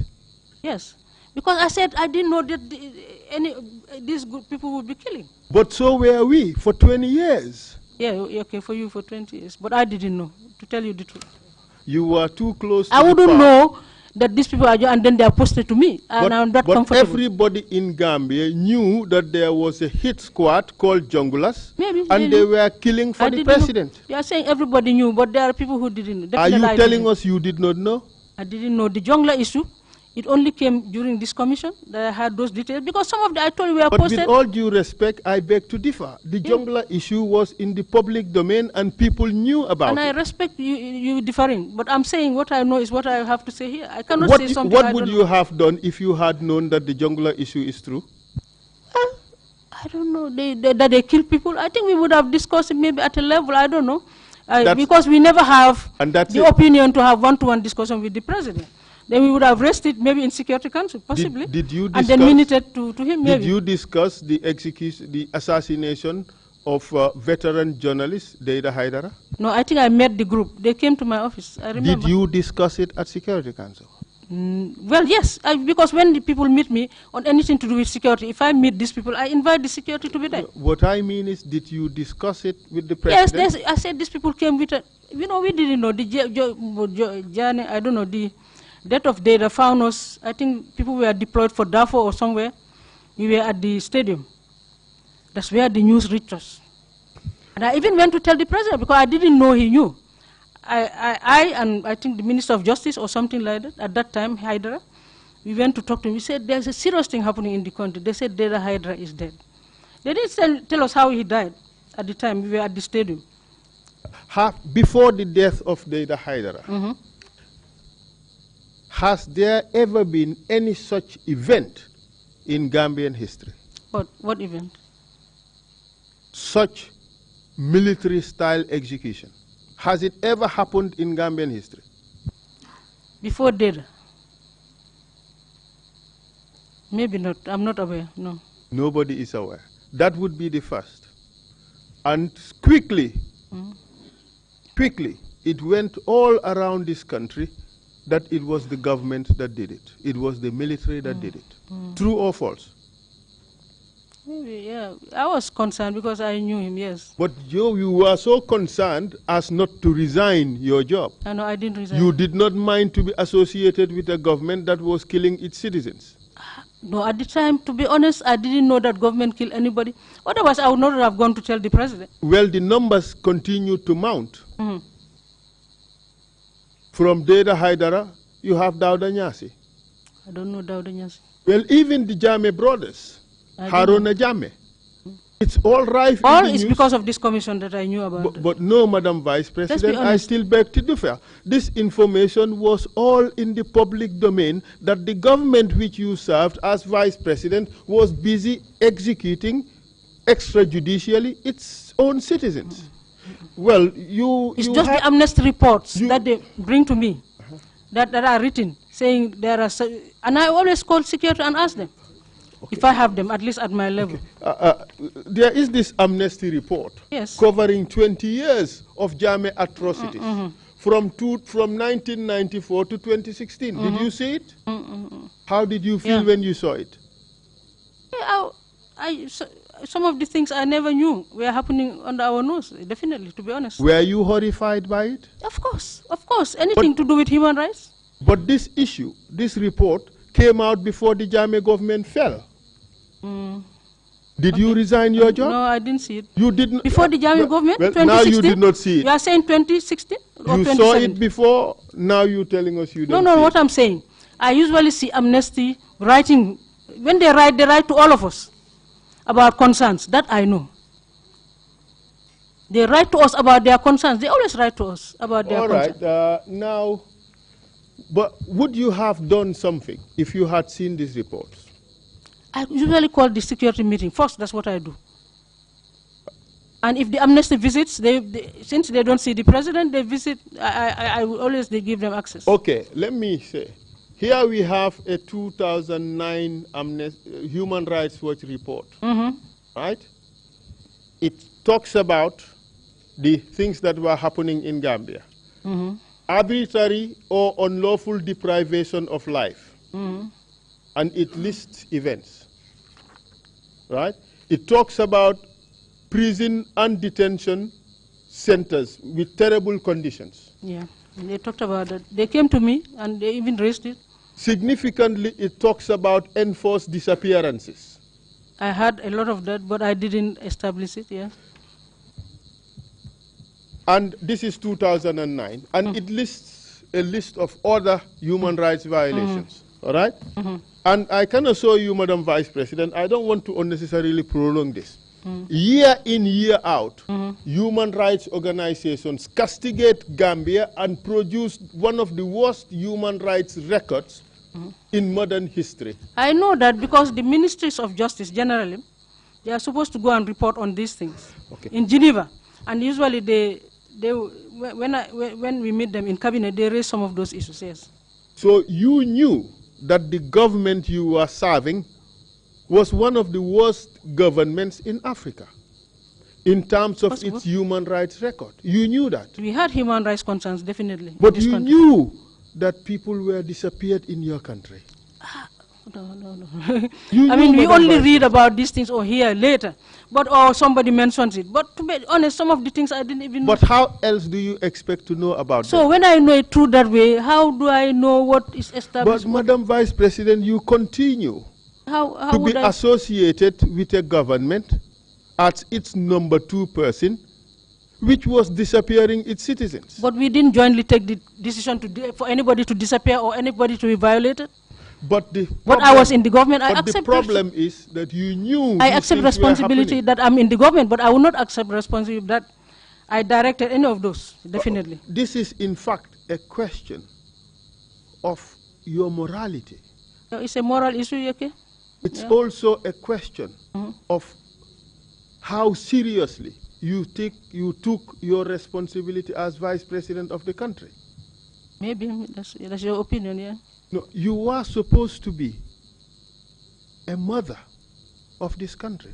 Well, that's what I thought I was, but maybe I'm not. But you were a mother who sat there and saw your children being disappeared. You said nothing. I didn't know about disappearances, to be honest. Well, here are the reports. That's what I'm saying. It's the report. But lots of them. It's a report that you verify. The reports came. I invited Security Council. And if it relates to a sector, I invite the sector and we discuss, and they tell me no. And if they tell me it's not... And you do nothing. What can I do? And these reports were happening from 1996 to 2017. I know, yeah. You still kept quiet. Some reports, definitely I saw. Others in fact, there is this report we have here a report by the committee on the Committee to Protect Journalists. And this is what is contained in the report. You are confronted about the rights violations in Gambia. And it says here, and I quote, "In a discussion with Njie Saidy after the event, I mentioned to her that an internet search of the Gambia yields many results about human rights abuses. In response, she shifted the topic to the United States. Do they tell you, quote, do they tell you about Guantanamo Bay? Seems like a human rights issue, she said.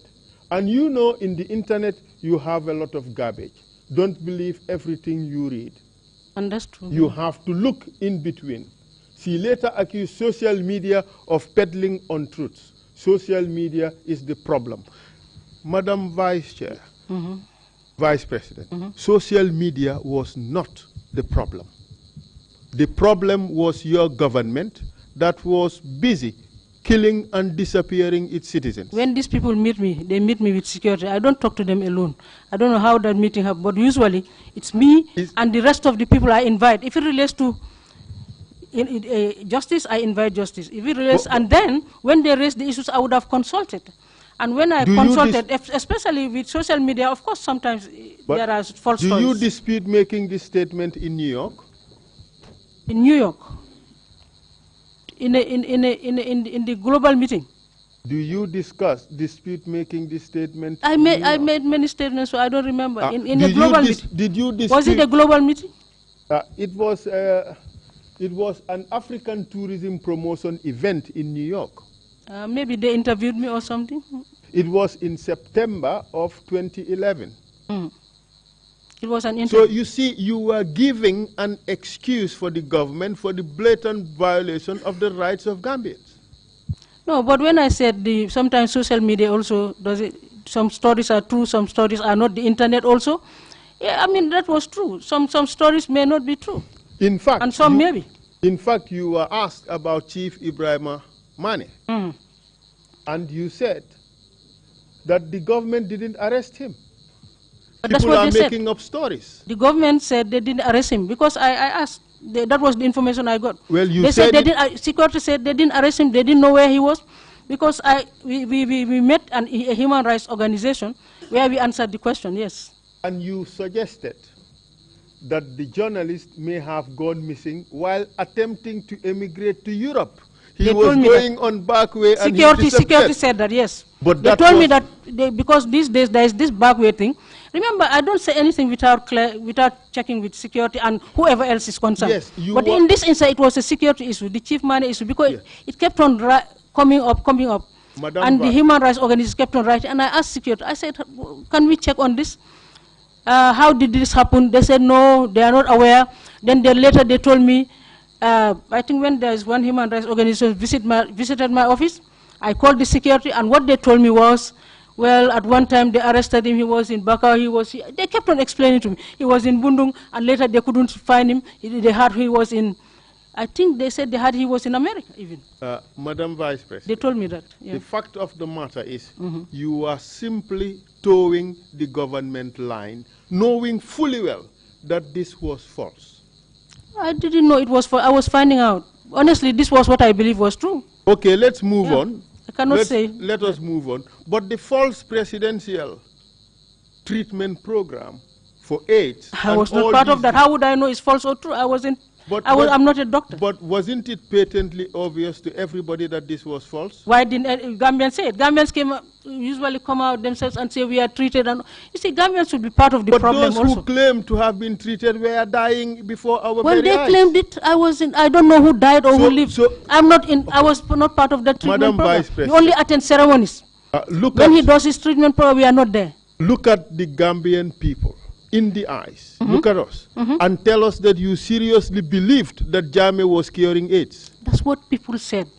No. The question is, what about if the medical people themselves say it, and that's what he said? I'm not a medical expert, so I'm not going to hold brief for Jammeh. Hold a second. But that's what they said, and the people who were treated also said it. So who am I to say otherwise? Listen to the question. Yes. Did you seriously believe that Njie was curing AIDS? I didn't know, but that was what he said, and that was what the people he cured said. Do you have an and answer? That was what the medical people also said. Do you have an answer? I don't have an answer because I don't know. Because such a belief would be a fanciful idea, and you know it. No, I don't know. I'm not a medical doctor. I don't want to go into detail things I don't know. But tell us. I don't want to be committed to things I don't know. But tell us whether you believe or did not believe. Well, if he said he comes from a family of doctors, that's what he told us. He said he comes from a family of traditional doctors and he heals. So HIV/AIDS, for what I knew, there was no cure. At least when I knew. So when he said he was he himself curing said it, he found the cure. when he said he was curing it, did you believe him? I don't have to believe or disbelieve. As I said, I only attended the ceremonies, and he showed us how their, I don't know, viral loads or something went down. He says it in public. All Gambians have heard it, not only me. Answer the question, did you believe him? Everybody would have believed because you thought he was talking about the would The belief was based on what the patient said, what the doctor said, and what he said. I did not believe. Yeah, okay, maybe you are more intelligent than we are. I don't know. Did you believe? I think we didn't disbelieve, definitely, because I'm not a doctor. We didn't disbelieve. So you believe? Because the patients themselves said it. So you believe? Those who went through, I don't know, fertility programs themselves said it. We only attend the ceremonies. So you believed? We would believe because we didn't see anybody dispute. But didn't the UN dispute it? The doctors did not dispute. Nobody disputed. Didn't the UN dispute it? Huh? Didn't the UN Maybe they did. I'm not aware. But you were vice president of the country. Even if I'm vice president, how would I be aware? So you were... UN never wrote to me. They never came to me. Wasn't the UN resident representative declared persona non grata in this country? Who was the UN rep? I don't remember but a lot of people were declared persona non grata, so I don't know the UN. Anybody who opposed Njie I was don't know, because declared persona non grata. Some ambassadors were also, we only hear it. But we are talking about the UN resident representative. I don't know who he was at the time. I can't remember. Who she was at the time. Okay, it's a she. But how come, Madam Vice President? No, it's possible. But I'm saying people were declared not persona. But I wouldn't say it's because of HIV/AIDS or anything. People are declared persona non grata in this country. Let us not speak over each other. Yeah. We have to listen to one another.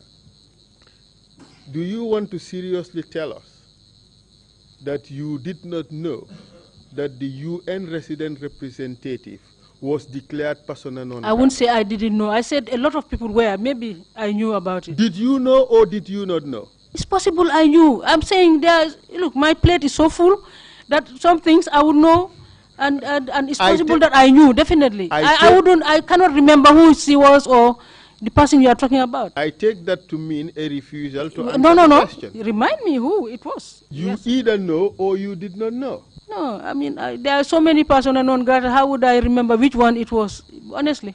But for the UN? Even for the UN. But did you know? But I know that some ambassadors, some... But did you know that some diplomat was declared persona non grata because she protested Njie's HIV/AIDS? It's possible. As I said, it's possible, but it's been a long time. It's possible. Again, it's possible. It's not a long time. But I don't want to say something I don't know. But I know that people were declared persona non grata. It's possible. If you tell me the name, I would remember. Oh yeah. I don't know. Now, how about the witch hunting exercise? What witch hunting? The Njie witch hunting exercise. That one you didn't know also? What witch hunting? Tell me what you mean by witch hunting people. Witch hunting people? Didn't Njie deploy a group of supposed witch hunters escorted by the military who went around the country falsely accusing people as witches, forcing them to drink concoctions and even imprisoning certain people they believed to have been witches? I only knew that afterwards, but I didn't know when it started or whatever, but I heard about it after. In which country did you live? But I didn't hear the issue of security forces which involved in witch hunting. In which country did you live, Madam Vice President? Right here in the Gambia, right here. Yet you did not know about it? No, afterwards I heard this. You know, these things you hear in the grapevine. Let me tell you, with me, how would I know when I'm from house to office, office to house? How would I know about what people say out there unless I read it in a newspaper or I listen to radio or somebody comes and tells me? But it was also in the radios. It's possible. It's possible. But let me ask you, from a moral and legal standpoint, do you think that it is fair for one person, say Mr. Esa Fall, to get up and look at this guy? He is such a serer, he looks so ugly. I say, well, this guy is a witch. No, it's not fair. Is it unfair? It's unfair, although we do it in our local, we do it locally, but it's not fair. But this is government doing it. I know. It's not our business to be involved in that. And not only that, the person is immediately judged and sentenced to punishment. This person must drink a particular concoction. Is that fair? It's not fair, but I didn't know. Is it fair that people are beaten because they are believed to be witches? It's not fair. Is it fair that people are imprisoned because they are believed to be witches? No. Well, you served that government which was doing it. I served. And you did not do anything about it. But I didn't know. What I'm saying, I only heard about this after. You see, you hear these things in the grapevine. But you are not involved in it, you are not consulted on it, you don't know about it. Maybe it's other, sometimes Gambians would know things that sometimes people in government sometimes are the last to know. Okay, I would proceed, Definitely, Madam Vice I wouldn't President. commit myself to something I didn't I know. would proceed, Madam Vice President. And there was the NIA. Yes. Which drove fear in the hearts of all Gambians. Those at home and those abroad. True or false? Yeah, because people always talk about NIA, yes. Did you know about this? Well, they do investigations, I knew, yes. That they arrest people, I think I would know they arrest, because the Amnesty and other people came to my office at one time. I invited the Director General, and that was the issue. Do you know that the NIA was the Star Chamber of the Gambia, specialist in torture? Well, people complain about that, yes. And you knew that? They complained about it. Did you resign your job? People who went in there and came out. Did you resign your job because didn't. you did not wish to be associated with a government that tortured its citizens? I didn't. After all is said and done, Madam Vice President, let me read out the human rights record of Jammeh.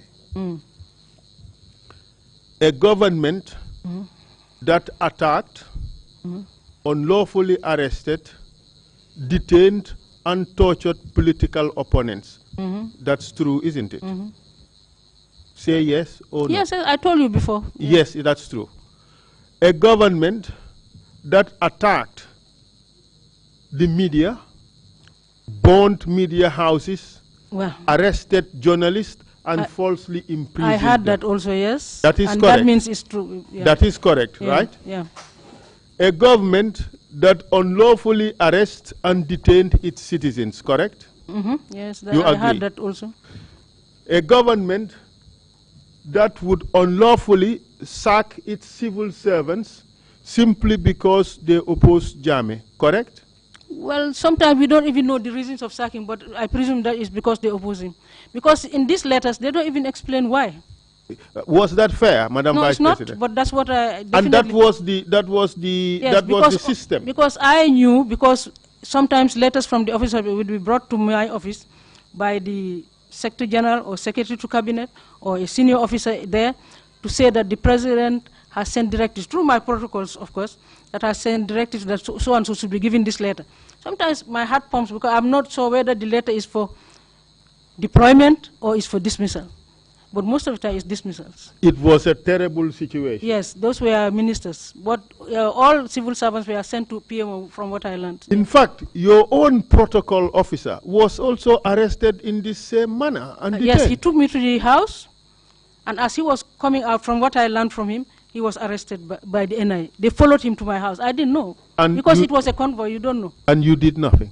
What could I do? I went and saw what I can do with the family and help them and all that. That's what I did. I asked about him. And beyond that, you did nothing? I cannot just do say much. yes even or my no. own, I didn't know nothing, because even my own permanent secretaries are sometimes dismissed or changed. Okay. And that my security are removed from me and others are brought.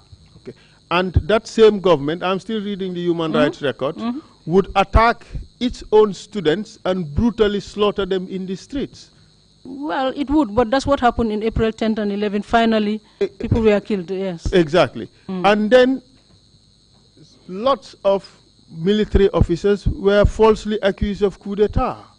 Yes, I heard about coup d'etats only after they happen, yes. And then a jungular hit squad who would kill anybody after I learned who about was opposed to Jammeh. After, yeah. And of course, the presidential treatment program, you definitely did not believe he was curing AIDS. That was a difficult one for me. Yes. Because it's the patients themselves who say these things, and the doctors. So I'm not a doctor. I didn't go through the treatment either. I think every intelligent human being who observed what was happening in Gambia knew fully well that this was a hoax. It's possible. In fact, one of the medical doctors who was involved in the program testified before the commission and said it was a hoax. Okay, then he should have. In fact, there was no scientific reason to believe. They should have advised us, because they said it was scientific. They said the viral loads went down. It was tested here and there. They told us in these gatherings. I didn't know. It was said in the gatherings. So, belief or disbelief, I don't know. Even the infertility program, yes, that too was false. Well, they said they brought children. You see, it's Gambians. As I said, as much as one may blame Jammeh, one may also blame Gambia. If Gambians come and say, yes, as a result of your treatment, my wife has a child, they even sent some people to my office thanking the president. Did you really believe this? That's what they said. Madam Who am I Vice to disbelieve or believe? In fact, you pronounce yourself on this matter. I'm not here to believe or disbelieve, because he said it. So you were just here to go along. Whatever he said it and they said it. The people, the person said it and he said it. Listen to the question. It didn't matter what they said. As far as you were concerned, you just went along. For as long as you were vice president, you would just go along. I think it's unfair to say that. But anyway, I leave you to think that, yes. But did you do anything to make us believe otherwise? How would I know that it's a false thing? But you could have resigned your job. How would I know it's false or it's true? But you could have resigned your job, Madam Vice President, in view of all these human rights violations. Well, I didn't. I admit I was there until 2016, yes. You chose to go along, regardless of some of the things you didn't know, some of the things you knew later, and so on. Really, it's unfair to put it on anybody's head. But when you knew, you still did not resign. What definitely? No, knowing some of the things I clearly told you I didn't know, and you want me to believe that I knew. Some of the things I said maybe it's true because the people themselves said it. Let me ask you this question. People themselves said it. Let me ask you this question. I have a list here of 1, 2, 3, 4, 5, 6, 7, 8, 9, 10 issues. All terrible violations of rights of Gambians. You have agreed that they are all terrible violations of Gambians. Since you told me, yes, since I knew. And these have persisted for 20 years in which you worked for the government. Isn't any single one of them serious enough for you not to want to associate yourself with that government? Yeah, they are serious. Nobody wants to associate with abuses. But you did for 20 years, silently. Unknowingly. Well, you some knew of them, definitely, to be honest. But you knew them, Madam Vice President. After, yes. You knew the killing of Deda Haidara? The killing of Deda Haidara, the details came out in this commission, definitely. That you knew about... I knew Deda passed away. Look, Deda was you knew about the killing of the Ghanaians? I heard about it, yeah, I heard about it. But you knew? I didn't know they were killed by who killed them. But they said, what they told me was that these were backway people. Because security told me that they were backway people. And when people came, I think people came to my office, I even called security.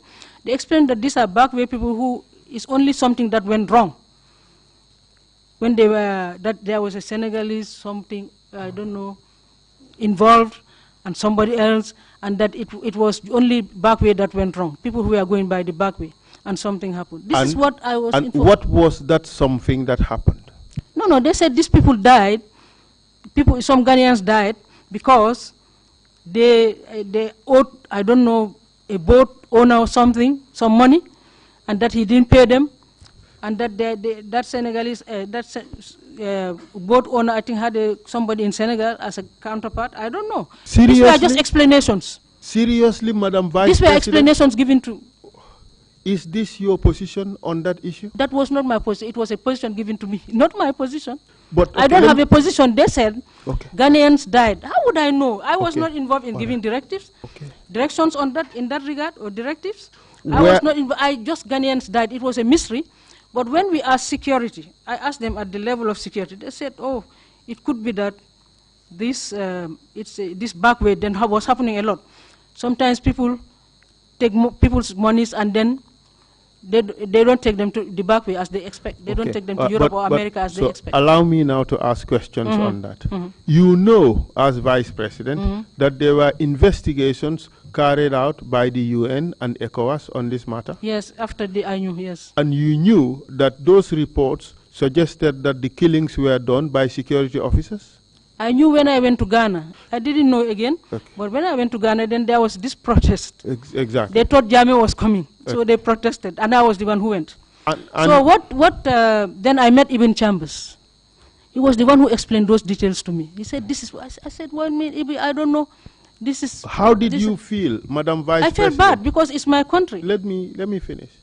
Here you are in a foreign country, and you are confronted that your own government, which you served as Vice President, unlawfully executed 46 or 44 of their citizens. I don't know the amount, but they said it, yes. How did you feel? I felt bad because I was representing the country. And your country, in fact, paid $500,000. I had that, but again, that was not discussed by us, but I had it, yes. You had it? You were horrified by it. You must have been. I don't know what the payment, why the compensation. But did you resign your job? No, I didn't. You still continue to be associated with this government. Up to 2016, yes. So you would serve that government no matter what it did. No. Even if Jammeh were to crown himself king, you would have served. Yeah. Thank you, Madam Vice President. No further questions. Thank you very much indeed, Council. Thank you, Madam Vice President, and thank you for coming to testify before the Commission. Clearly, for almost 2.5 hours, you were in the hot seat, and I believe you would understand if you contextualize I used the to hot seat, difficulties that occurred in this country for 22 years, that somebody of your stature coming here would clearly be in the hot seat. It's all to help us know what really happened, establish the truth with a view to promoting reconciliation and the healing in the country. But thank you again for coming to the Commission and testifying here. I have two very small points. The first concerns the meeting of the Security Council on the 10th of April, 2000.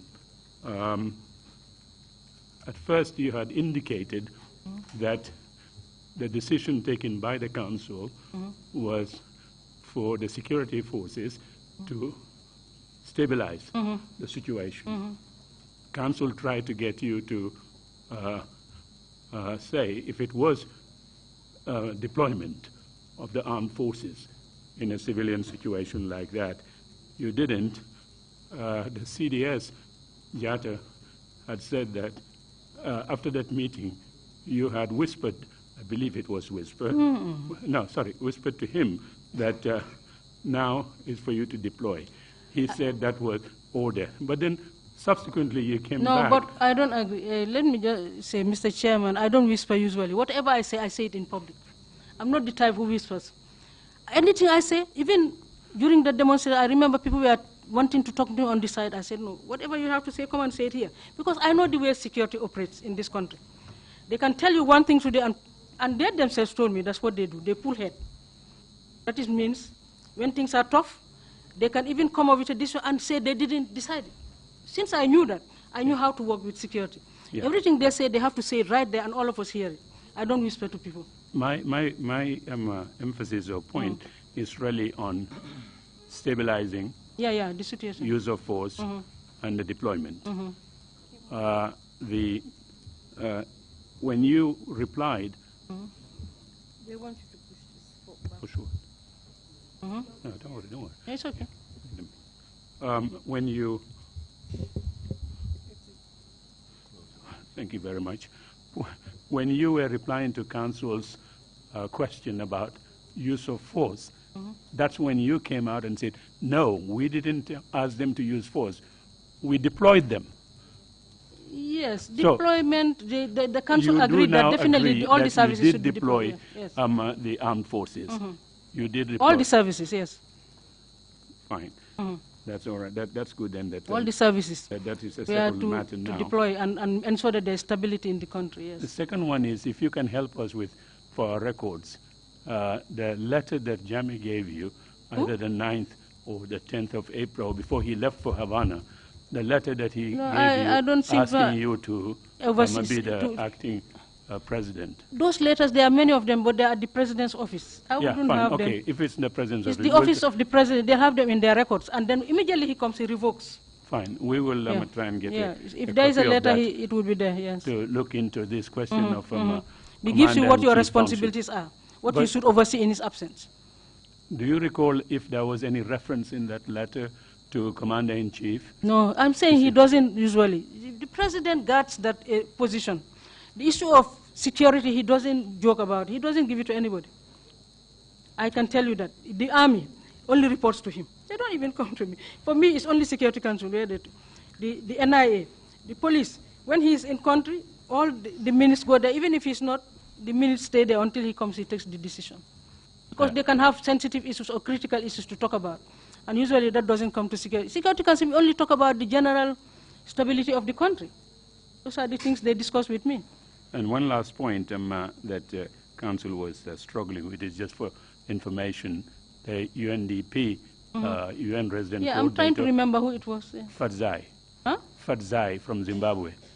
I was in the office that day. I wouldn't get into the long discussions that we had that morning, the day that Fatzai was declared PNG here in the Gambia. It caused quite a bit of a problem at the UN, and especially for me that morning.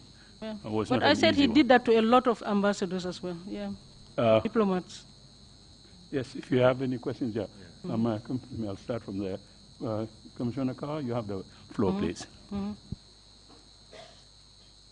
Thank you, Mr. Chairman. Thank you for your testimony, Madam Vice President. I have a couple of questions that I want to ask. The first is, what does loyalty mean to you? Loyalty is loyalty to my country. I'm appointed, yes, by a president, but when loyalty comes, it should be to the country, the real and the Gambian people. That's what loyalty is. He himself said it. The president, when he said, you are not loyal to me, you are loyal to the country. He tells people, anytime he appoints you. Well, that's what he says. De facto, the jure might be different, but that's what he says. Does he do that? Does he do that? Well, he says loyalty to your country. But, of course, with a strong president, loyalty to the president, I guess it's in addition to the country. Because like when security services swear, they swear loyalty to the commander-in-chief. That's part of the swearing they do. Not just to their country, but to the commander-in-chief. They have about 6 oaths, I think they give. Thank you. The next question is, do you think someone can serve in Njie's government for close to 20 years if you are not loyal to his ideals? I don't know, maybe not. Maybe you don't interfere with what he does, so maybe he lives with you. But I wouldn't. Only Njie can talk for himself when he comes to the commission. I can't speak for Njie. Talking from your own personal experience. I was loyal to my country. I had somebody who was the head, and he, of course, delegates responsibility to me, and I carry out the responsibility to the best of my ability. That much I know. Final question. What's your biggest lesson serving in government for almost 20 years? Thank you. Well, that is not easy to be in government. That I know. Because when you're in government, some people would agree with what the government does, others would not agree. But in this particular government, of course, there are a lot of challenges. Every time there is some form of instability in the country. Every time all these stories that have been mentioned, these abuses are talked about, the international committee comes to you. My office was the most visited, I presume, besides justice, perhaps by international committee like the people from Geneva, visited me, sometimes UN organizations, but I always call a meeting, involve justice, involve everywhere, if I know what the issue is. Sometimes letters are written to us relating to human rights issues, and we send it to the president, because some of these things we cannot answer, we don't know that this thing has happened or that thing has happened, how it happened. I cannot answer something I don't know. So we send it to him. Or if it is justice, we send it to justice. And justice has the same problem. Sometimes they cannot answer the questions. Thank you. Thank you. Commissioner Kinte. Madam Njie said, thank you very much for appearing here. You told us that you sought audience of the president while he was in Cuba. Mm-hmm. And you successfully got it through your protocol. Mm-hmm. And you narrated the scenario on the ground as at the moment. And you did not tell us his response on the matter. No, he said, okay, he said, Vice, where is the... who is in your office, the other service chiefs? Yeah, meaning he did not reply, talk to you about decisions. But I admitted that. I said, if he said that, I wouldn't be surprised, but I don't remember that. Saying this, what the lead counsel told me. I don't really remember, to be honest. No, don't prejudice. My question is still ahead. Who specifically did you give hand over the phone for him to talk to? Because you couldn't remember him telling you anything. He spoke to Jatta. Babukar Jatta. Yes, and then there were others also. Yeah, but specifically you handed the phone to Babukar. And the president spoke to Babukar about the decisions he had. Well, I don't know what he spoke to him about. Okay. But I know, you see, when somebody speaks on the other side, you don't know what they said. Yeah. And Babukar didn't say anything because, you see, these service chiefs, unlike me, they just say, yes, sir, yes, sir. They don't say anything. You don't hear what the issue was. Okay. So, but I presume it should be about April 10, but I don't know. And you didn't, no, obviously it is. I asked Babukar, but I don't think he told us anything. I said, Babukar, yes, you asked Babukar, yes. He just said, he just kept quiet and laughed over it. Couldn't give you any feedback? No. My second question. But they had what I told you. My second point was, you were deploying military or whatever forces. Did you caution against violence? So there are times when I told them, definitely when they use guns, I said, don't kill anybody. That one I always say. No, I mean, they are going to use guns. But I don't remember in that instant. For this specific instant, I don't remember. Did you caution against violent approach? Or? Because I didn't think they would be violent. I never thought they would be. No, but that's not answering. Did you caution I didn't because I didn't use of... I always say it in many occasions, yes. But I don't know what I told them at that time. This it was a long time, and it was a chaotic situation. Okay. You don't have records. Okay. Definitely, I cannot say things I didn't remember. Thank you. Yeah. Thank you very much. Commissioner Jones. Thank you, Chairman. Madam Vice President, you informed the Commission that you had the opportunity to visit some of the victims of April 10th and 11th. You told the Commission that you had the opportunity to visit some of the victims at the Royal Victoria Hospital. Yeah. Correct? Did you follow up on these cases to see whether they were recovering or not at all? No, because what they told me, when the president gives you a responsibility, he takes it over. He himself said he was going to cure, he said he was going to cure all those who were affected, particularly those who are maimed and, wounded. That he was going to do. I don't know whether he said anything about those who died, that he was going to compensate. I didn't hear that.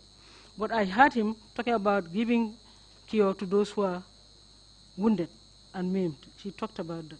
But as you put it yourself, Madam Vice President, as the mother of the nation, don't you think it was your responsibility to follow up? I felt it, and I told the president. And I reported back to the president. That's what I did in cabinet. And he took it upon himself that he was going to do it. Are you aware that some of these victims are still living with bullets? Yes, I knew during the commission. In fact, a lot of them explained, yes. Then perhaps I think you might owe their families and I think perhaps you might owe the victims and their families an apology as well. Of course. Because I was part of the government, I would apologize, definitely. Thank you. My second question, I think for most of the questions, ESA listed 12 different issues, and your response to most of them was, I don't remember, I don't know, I read about it, I heard about it. Yes. Again, as the mother of the nations, when you did get to find out about it, did you ever engage Njie to find out if these things were true, such as the death of Data Haidara, who you said you knew yourself? The president, no, the death of Data, I said, you hear in the grapevines, and he himself said he didn't kill him. You remember he said it openly in one of the meetings. I don't remember which meeting we went to. He himself said it. But going back to what you said normally you would hear from the grapevine. Yeah. Generally, on all things, yes. But did you try to inquire what was the state's role, if any, in his death, as well as all the other human rights violations? No, because, you see, it's not easy. Where I worked, I cannot follow up everything that is heard or said. There were so many things said in this government during this period, and so many things heard, and so many things that were reported, that if I alone want to follow that with my full plate, they gave me a full plate to deal with, from morning to evening, I don't think I would have done justice. I think every ministry has a responsibility to do something. And my ministry, yes, I was vice president, that's true, but honestly, to be honest, to follow up on all those issues was difficult. I agree. It might be very difficult to follow up, but then you also had the amnesty reports, and you also engaged And I always send it to him, yeah. Good. Can you tell us in what instance, if at all, did you act on some of the recommendations or the issues we raised? usually do it in Security Council. We write and say, well, this is what is said. Perhaps we need to find out whether really this is what happened. Those sorts of things. And we send it to the president. Did you investigate or try to remedy? We always write. It's minuting. It's always minuting to him, and we send him the letters. But most of the time, you'll see in the copies that he got the letter himself. Okay, what I'm trying to get at is, did you follow up to see if any of those issues were investigated, or to see how to address some of those issues personally? To be honest, I didn't follow, no. All right, thank you. And perhaps the apology can come in your final remarks as well. Thank you. Thank you, Commissioner Jones. Just to remind you that Council's list was 10, and as he read that out, I thought the good 10 was the 10 commandments, and now he has the 10 sins of Njie. That's a good one, Mr. Chair. So, Imam C, you have the floor, please. Saidy Isatou Njie. Madam Isatou Njie. Mudo nani pular jor fe choso fof ko halda fof. Yo min de ko betti kam tan ko wiide mande. Imam. I'm not translator. Okay. We waiting for the translation. Oh, he can speak Wolof. He can speak Wolof. I would understand Manding. No, I heard. Wiide mande. No, Wolof.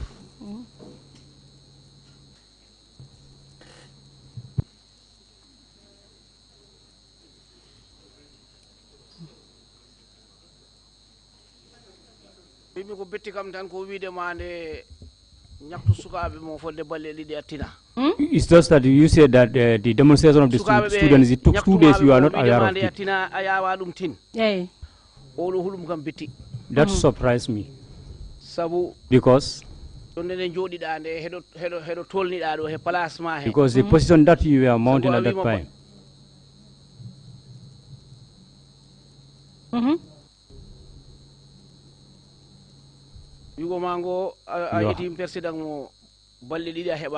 You said you have tried the president 2 days, you could not get in touch with him.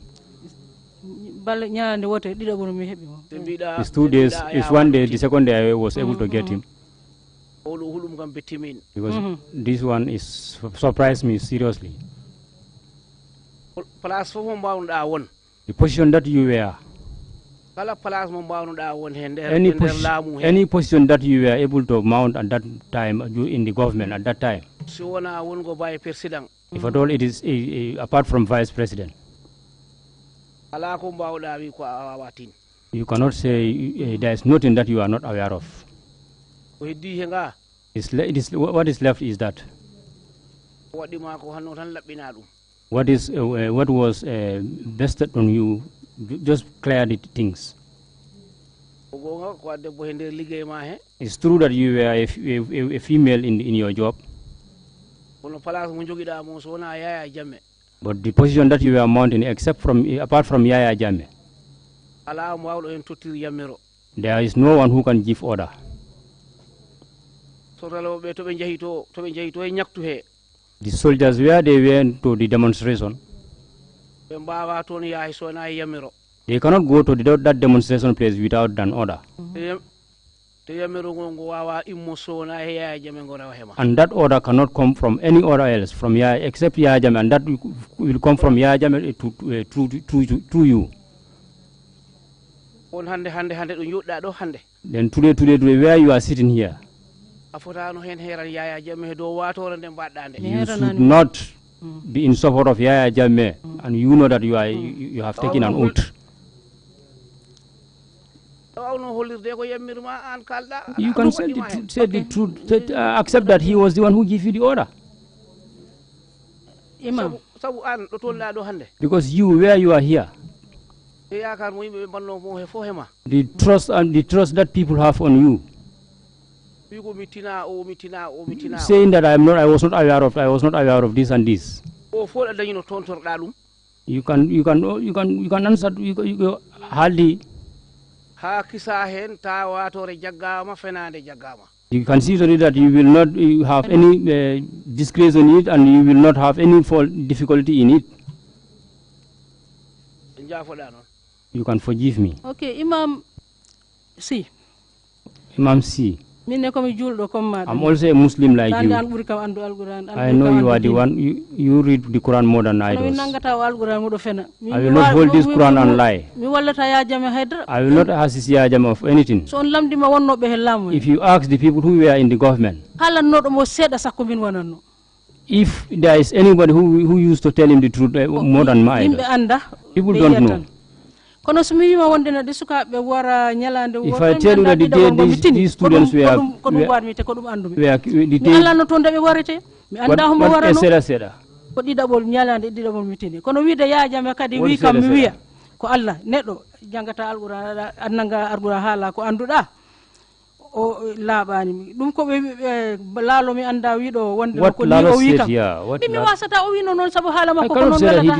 because I was not there. Kono we de wonde no we come halan soldat be soldiers that go and kill the students. That one here he TRC na do kono TRC la kara TRC another TRC. Den non mi fenata sabude dum sabum dem andi mi tawoya dum. I know the day of judgment I will find it there. I cannot say. Point of order, Mr. Chair. I did not hear anything. Definitely, min ko wi mami ko dum woni amam. Min fenande wana ko amam de. Madam Vice President. Madam Vice President, could you kindly restate what you have just said and allow the interpreter to interpret what you say? Because I don't know the last bit. Yes. Almost everything. Almost everything. Yes. Fast. Yeah. Maybe I speak another language then. No, the problem is you are going the fast. Interpreter was struggling to keep up with you. So now it is consecutive interpretation. It's not simultaneous. Okay. Thank you. Okay, koko wi mami ko tan. Wi mami That's what I tell you. Andu be kam hendi lady andirani kam fenande. Fenande mi yida dum. People who knows me in this country, they don't know me about lying. Security sanda dum andi. Even the security they knows. So I challenge them on it. Anything they do, I normally challenge them on it. Jom lady non kanko ardi lady mako. The head of the state, he is the head of the state. Moto do. He is of his top. What the challenge If you see, I cannot challenge him. He is the head. The office mako na nyere for minata. His office, not that every day I used to go to get into his office. Sometimes it will be 1 year I did not get into his office. I know you people, some of you will not believe it. Cabinet min hawrata. Sometimes we meet at the cabinet. We normally meet in meetings. Other than that, these are the only things that is in between us. Now where am I going to have discussion with him? Only normally we meet in cabinets. Sometimes Security Council will write to him and advise him. And we did that. But sometimes he will not respond to us. We don't know what was his idea. And for him, if you discuss with him up to an extent, sometimes he will get angry. And also we don't normally want for him to get angry about certain things. There are certain things, if we meet there, we discussed. We joke. We joke about this ethnicity, Jola and Fulas and Mandingas. Joking terms. We have joking terms. There you will see, that he will have fresh. When he is happy, that is good for us. Because there he will normally listen to us. And as a human being, anyway, the Almighty Allah created you. You just try. But for us also, it was not easy for us. Don't think that it was only the position. I hope I'm not fast again. I hope I'm not. If at all I was unable to change anything, I will do it. What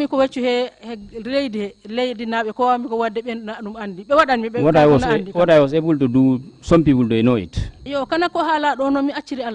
Anything they said here, I leave everything in the hands of the Almighty. Because for me, what is in me, that's what I said. What I know, that's what I said. And something that I cannot do anything. Vice President, to be a vice president, that doesn't mean that you will have power. I don't know whether some of you know that. I can say something, he will not listen to me, he go and do his own. In the country, there are certain people, some people, they don't have even position. They will talk to him, he will take those people's advice. We in the government, we know that. But we cannot do, there's nothing we can do to that. It will be that he has did what he want to do. If a person is listening on one ear, it's difficult to regulate that person or to influence that person. This is why when he went to Cuba, he said to me that now you can hold a meeting. And always my responsibility. Anything you can give me the feedback. Anything you can give me the feedback. What and 1 minute? I want the feedback on 20 minutes. You give me the minute in 20 minutes and sometimes. I know that. Not that President used to talk to only us. He used to talk to many people in this country. Security Council there, if you do not listen to what the National Security Council has said, they will go and inform him, and now they will point fingers on me. If you see the securities, they will know that it was not easy for us. The Gambians, some Gambians whom I work with, they know. They are listening. Gambians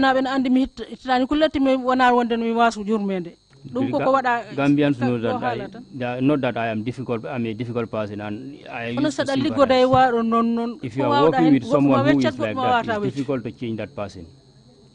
This is what you imams understand. It was not easy. Gambia had the responsibility. Even the Gambians have responsibilities. They know they have the responsibility. It is they the Gambians. Some of them they are the one who they light fire. Because they are sitting and relate information to him. So it is difficult to talk about this. I leave everything in the hands of the Almighty. Madam Vice President, if there are no further questions, if you have any closing remarks to make, please proceed to do so. Okay. First of all, I wish to thank the Commission, and of course, by extension, the government that set up the Commission, the Trrc. And I think it has laudable objectives, which says never again, the truth has set you free, and all these things that you put here, reconciliation and reparations. I think these are all laudable. Yes, we have other truth commissions in other parts of the world, but I think this one is a unique one. And I want to take this opportunity to thank the government for this foresight, and also, of course, the Ministry of Justice and you, the commissioners, because this is not an easy thing to do. We are trying to dig out what happened from 1994 to 2017, I think, January 2017. And a lot has happened. We all agree the issues raised by the council here, some of which I said I know and some of which I said I don't know, did happen. But I agreed that all of them, yes, later I knew they did happen. And that means a lot has happened in this country. And I want to therefore thank you for assisting government in this regard. But also thank anybody who was willing to come to the commission and also assist you as well.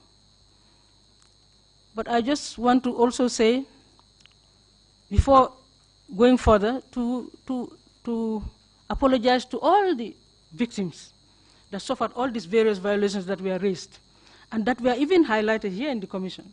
After all, the junglers, I don't think they were forced to say anything, but they came and said what they had to see. And I think every other Gambian was equally shocked, including myself. You may not believe it, but we were shocked that people would be strangled and buried. We didn't know that. Even after, at the latter years, I think 2015, 16, 14, 15, 16, when I knew about, when they talked about this jungler issue, I didn't know that perhaps 2 are posted in my house. I didn't know. So,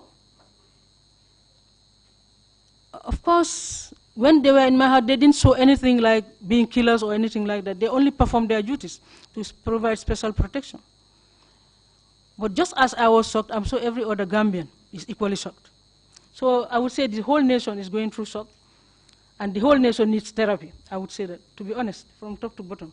Because these revelations are traumatizing, mind-boggling. You cannot even know what to do if you hear this. Because I'm not saying there's allegation or anything, but people came themselves and said they did this.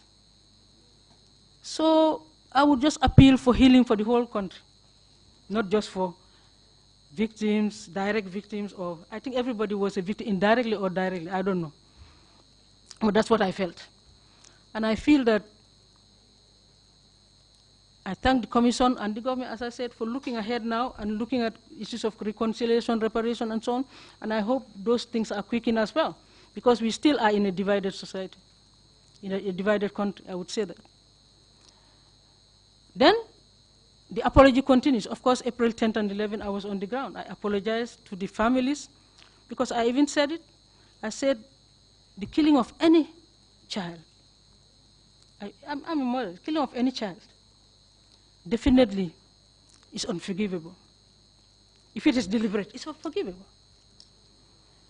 And I said, therefore, those who lost their children, we apologize to them on behalf of the government, because it's the government that was here. We apologize on behalf of the nation as well. There was a nation, and there's still a nation, for what has happened, for the loss of their loved ones, for the pain they went through in 22 years, would I say. That was painful. And we are asking for their forgiveness on behalf of everybody, and including myself. And of course, for those who are maimed and wounded, that also you didn't die, but you are still suffering. And for the fact that they were not given treatment, because the president definitely promised treatment abroad, and was just waiting, he said, for a doctor's report. I think there is this medical board they have in RVTH, and he would have given them treatment abroad. He would have sought help from, he said, Friends of the Gambia, and complemented by government funds, because usually that fund is controlled by the Office of the President, even though the Minister of Health gets involved, but the fund is controlled by the Office of the President. He approves who goes on treatment and who doesn't. So I didn't know what happened. Didn't he have enough funds from Friends of the Gambia? Because I know the Gambia didn't have many friends at that time, if you have to be honest, because you are always not in good terms with some of the international communities, so they will not be your friends. But the few friends maybe that the Gambia had, maybe he was going to approach them. This is the impression he gave me. So I want to apologize to those people that for 22 years they didn't have the treatment that they should have. And they are still suffering, their families are suffering. And today, they would have served society in another way. And I want to apologize for that. And appeal that whatever can be done now, since the last government has failed doing anything that can be done by the present government or anybody in society, because government cannot do it all, and Friends of the Gambia included, should help to ensure that that treatment is provided on time. You want to apologize to those families as well, and the victims themselves. And by extension, any other victim among all these things that have been raised. The 10, you said 10 sins, the 10 commandments, whatever it's called, but these are tensions in this instance, I think, that the chairman said. We apologize for them, because I was in government. I cannot, whether I was directly involved, I directed it, I didn't direct it, most of them I didn't direct, but I take responsibility because I was in government. Whether knowingly or unknowingly, I still take responsibility. I don't run away from responsibility. It's what I don't know, I say I don't know. And I therefore want to apologize to all Gambians for what has happened, definitely. All these things recounted in this commission, we've heard them. And I just believe that perhaps people will not just come and say false stories in the commission. I don't believe that.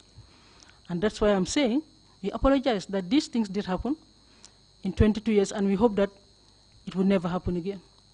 And inshallah, with God's guidance and protection, it will not happen. But coming to security itself, I came up with some recommendations. I think I sent it to the legal counsel, I don't know. Investigators brought it. But some of the things I raised was to do with, because all these things they explained to me after in Security Council. We discussed certain things. We said they don't use the riot gear. Because if people died from gunshot wounds, that means they didn't use riot gear. That's not riot gear. We said they should, and so that was subsequent Security Council meetings we had. That was one of the things we discussed. And I emphasized that also. Because I didn't know what riot gear they use. I'm not a security person, but they explained to me that indeed they admitted they didn't have adequate riot gear. And from there we said, can we look at Friends of the Gambia, the Inspector General of Police went to certain places like Turkey and other places to try and get that riot gear so that they have a lot of it, enough of it. So that internal security would be the responsibility only of Minister of Interior. You don't have to have the army to come and complement, as we, during our time, happened. That the army would complement the efforts of the PIU and the general duties if the situation cannot be handled. I think army should be the last resort. And perhaps we agree that we don't want to even see uniforms. That's the last thing we want to see in the streets. I know army people are well-meaning. Let me tell you, it's not every soldier who is bad also. I hope people understand, because I've had the opportunity to work with service chiefs, to work with people some people in defense and interior, I mean, just to shorten it, like immigration and others. Not all of them are bad. But of course there are bad people. Maybe they are directed as well. Maybe that's what they did. Maybe they made mistakes as well. So I want to appeal to the general public to know that yes, there is bad security, but we cannot do away with security.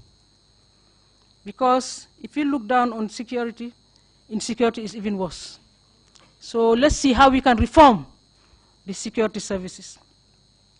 Because, and that's what the government, I presume, is doing already. There's a policy, and there are strategies put in place. And I think they are moving in the right direction, I hope. I'm not in government, but I believe that. And I think that's the trend to take with regards to that. They also told me about, I told them, I said this management, we are poor at managing crowds, it seems. Because this was poor crowd management too, the outcome of this investigation on April 10 and 11 shows that the crowds were not properly managed. Crowd management and control, they must look at how to do it in a professional way, in an acceptable way. I think I said that also in my submission.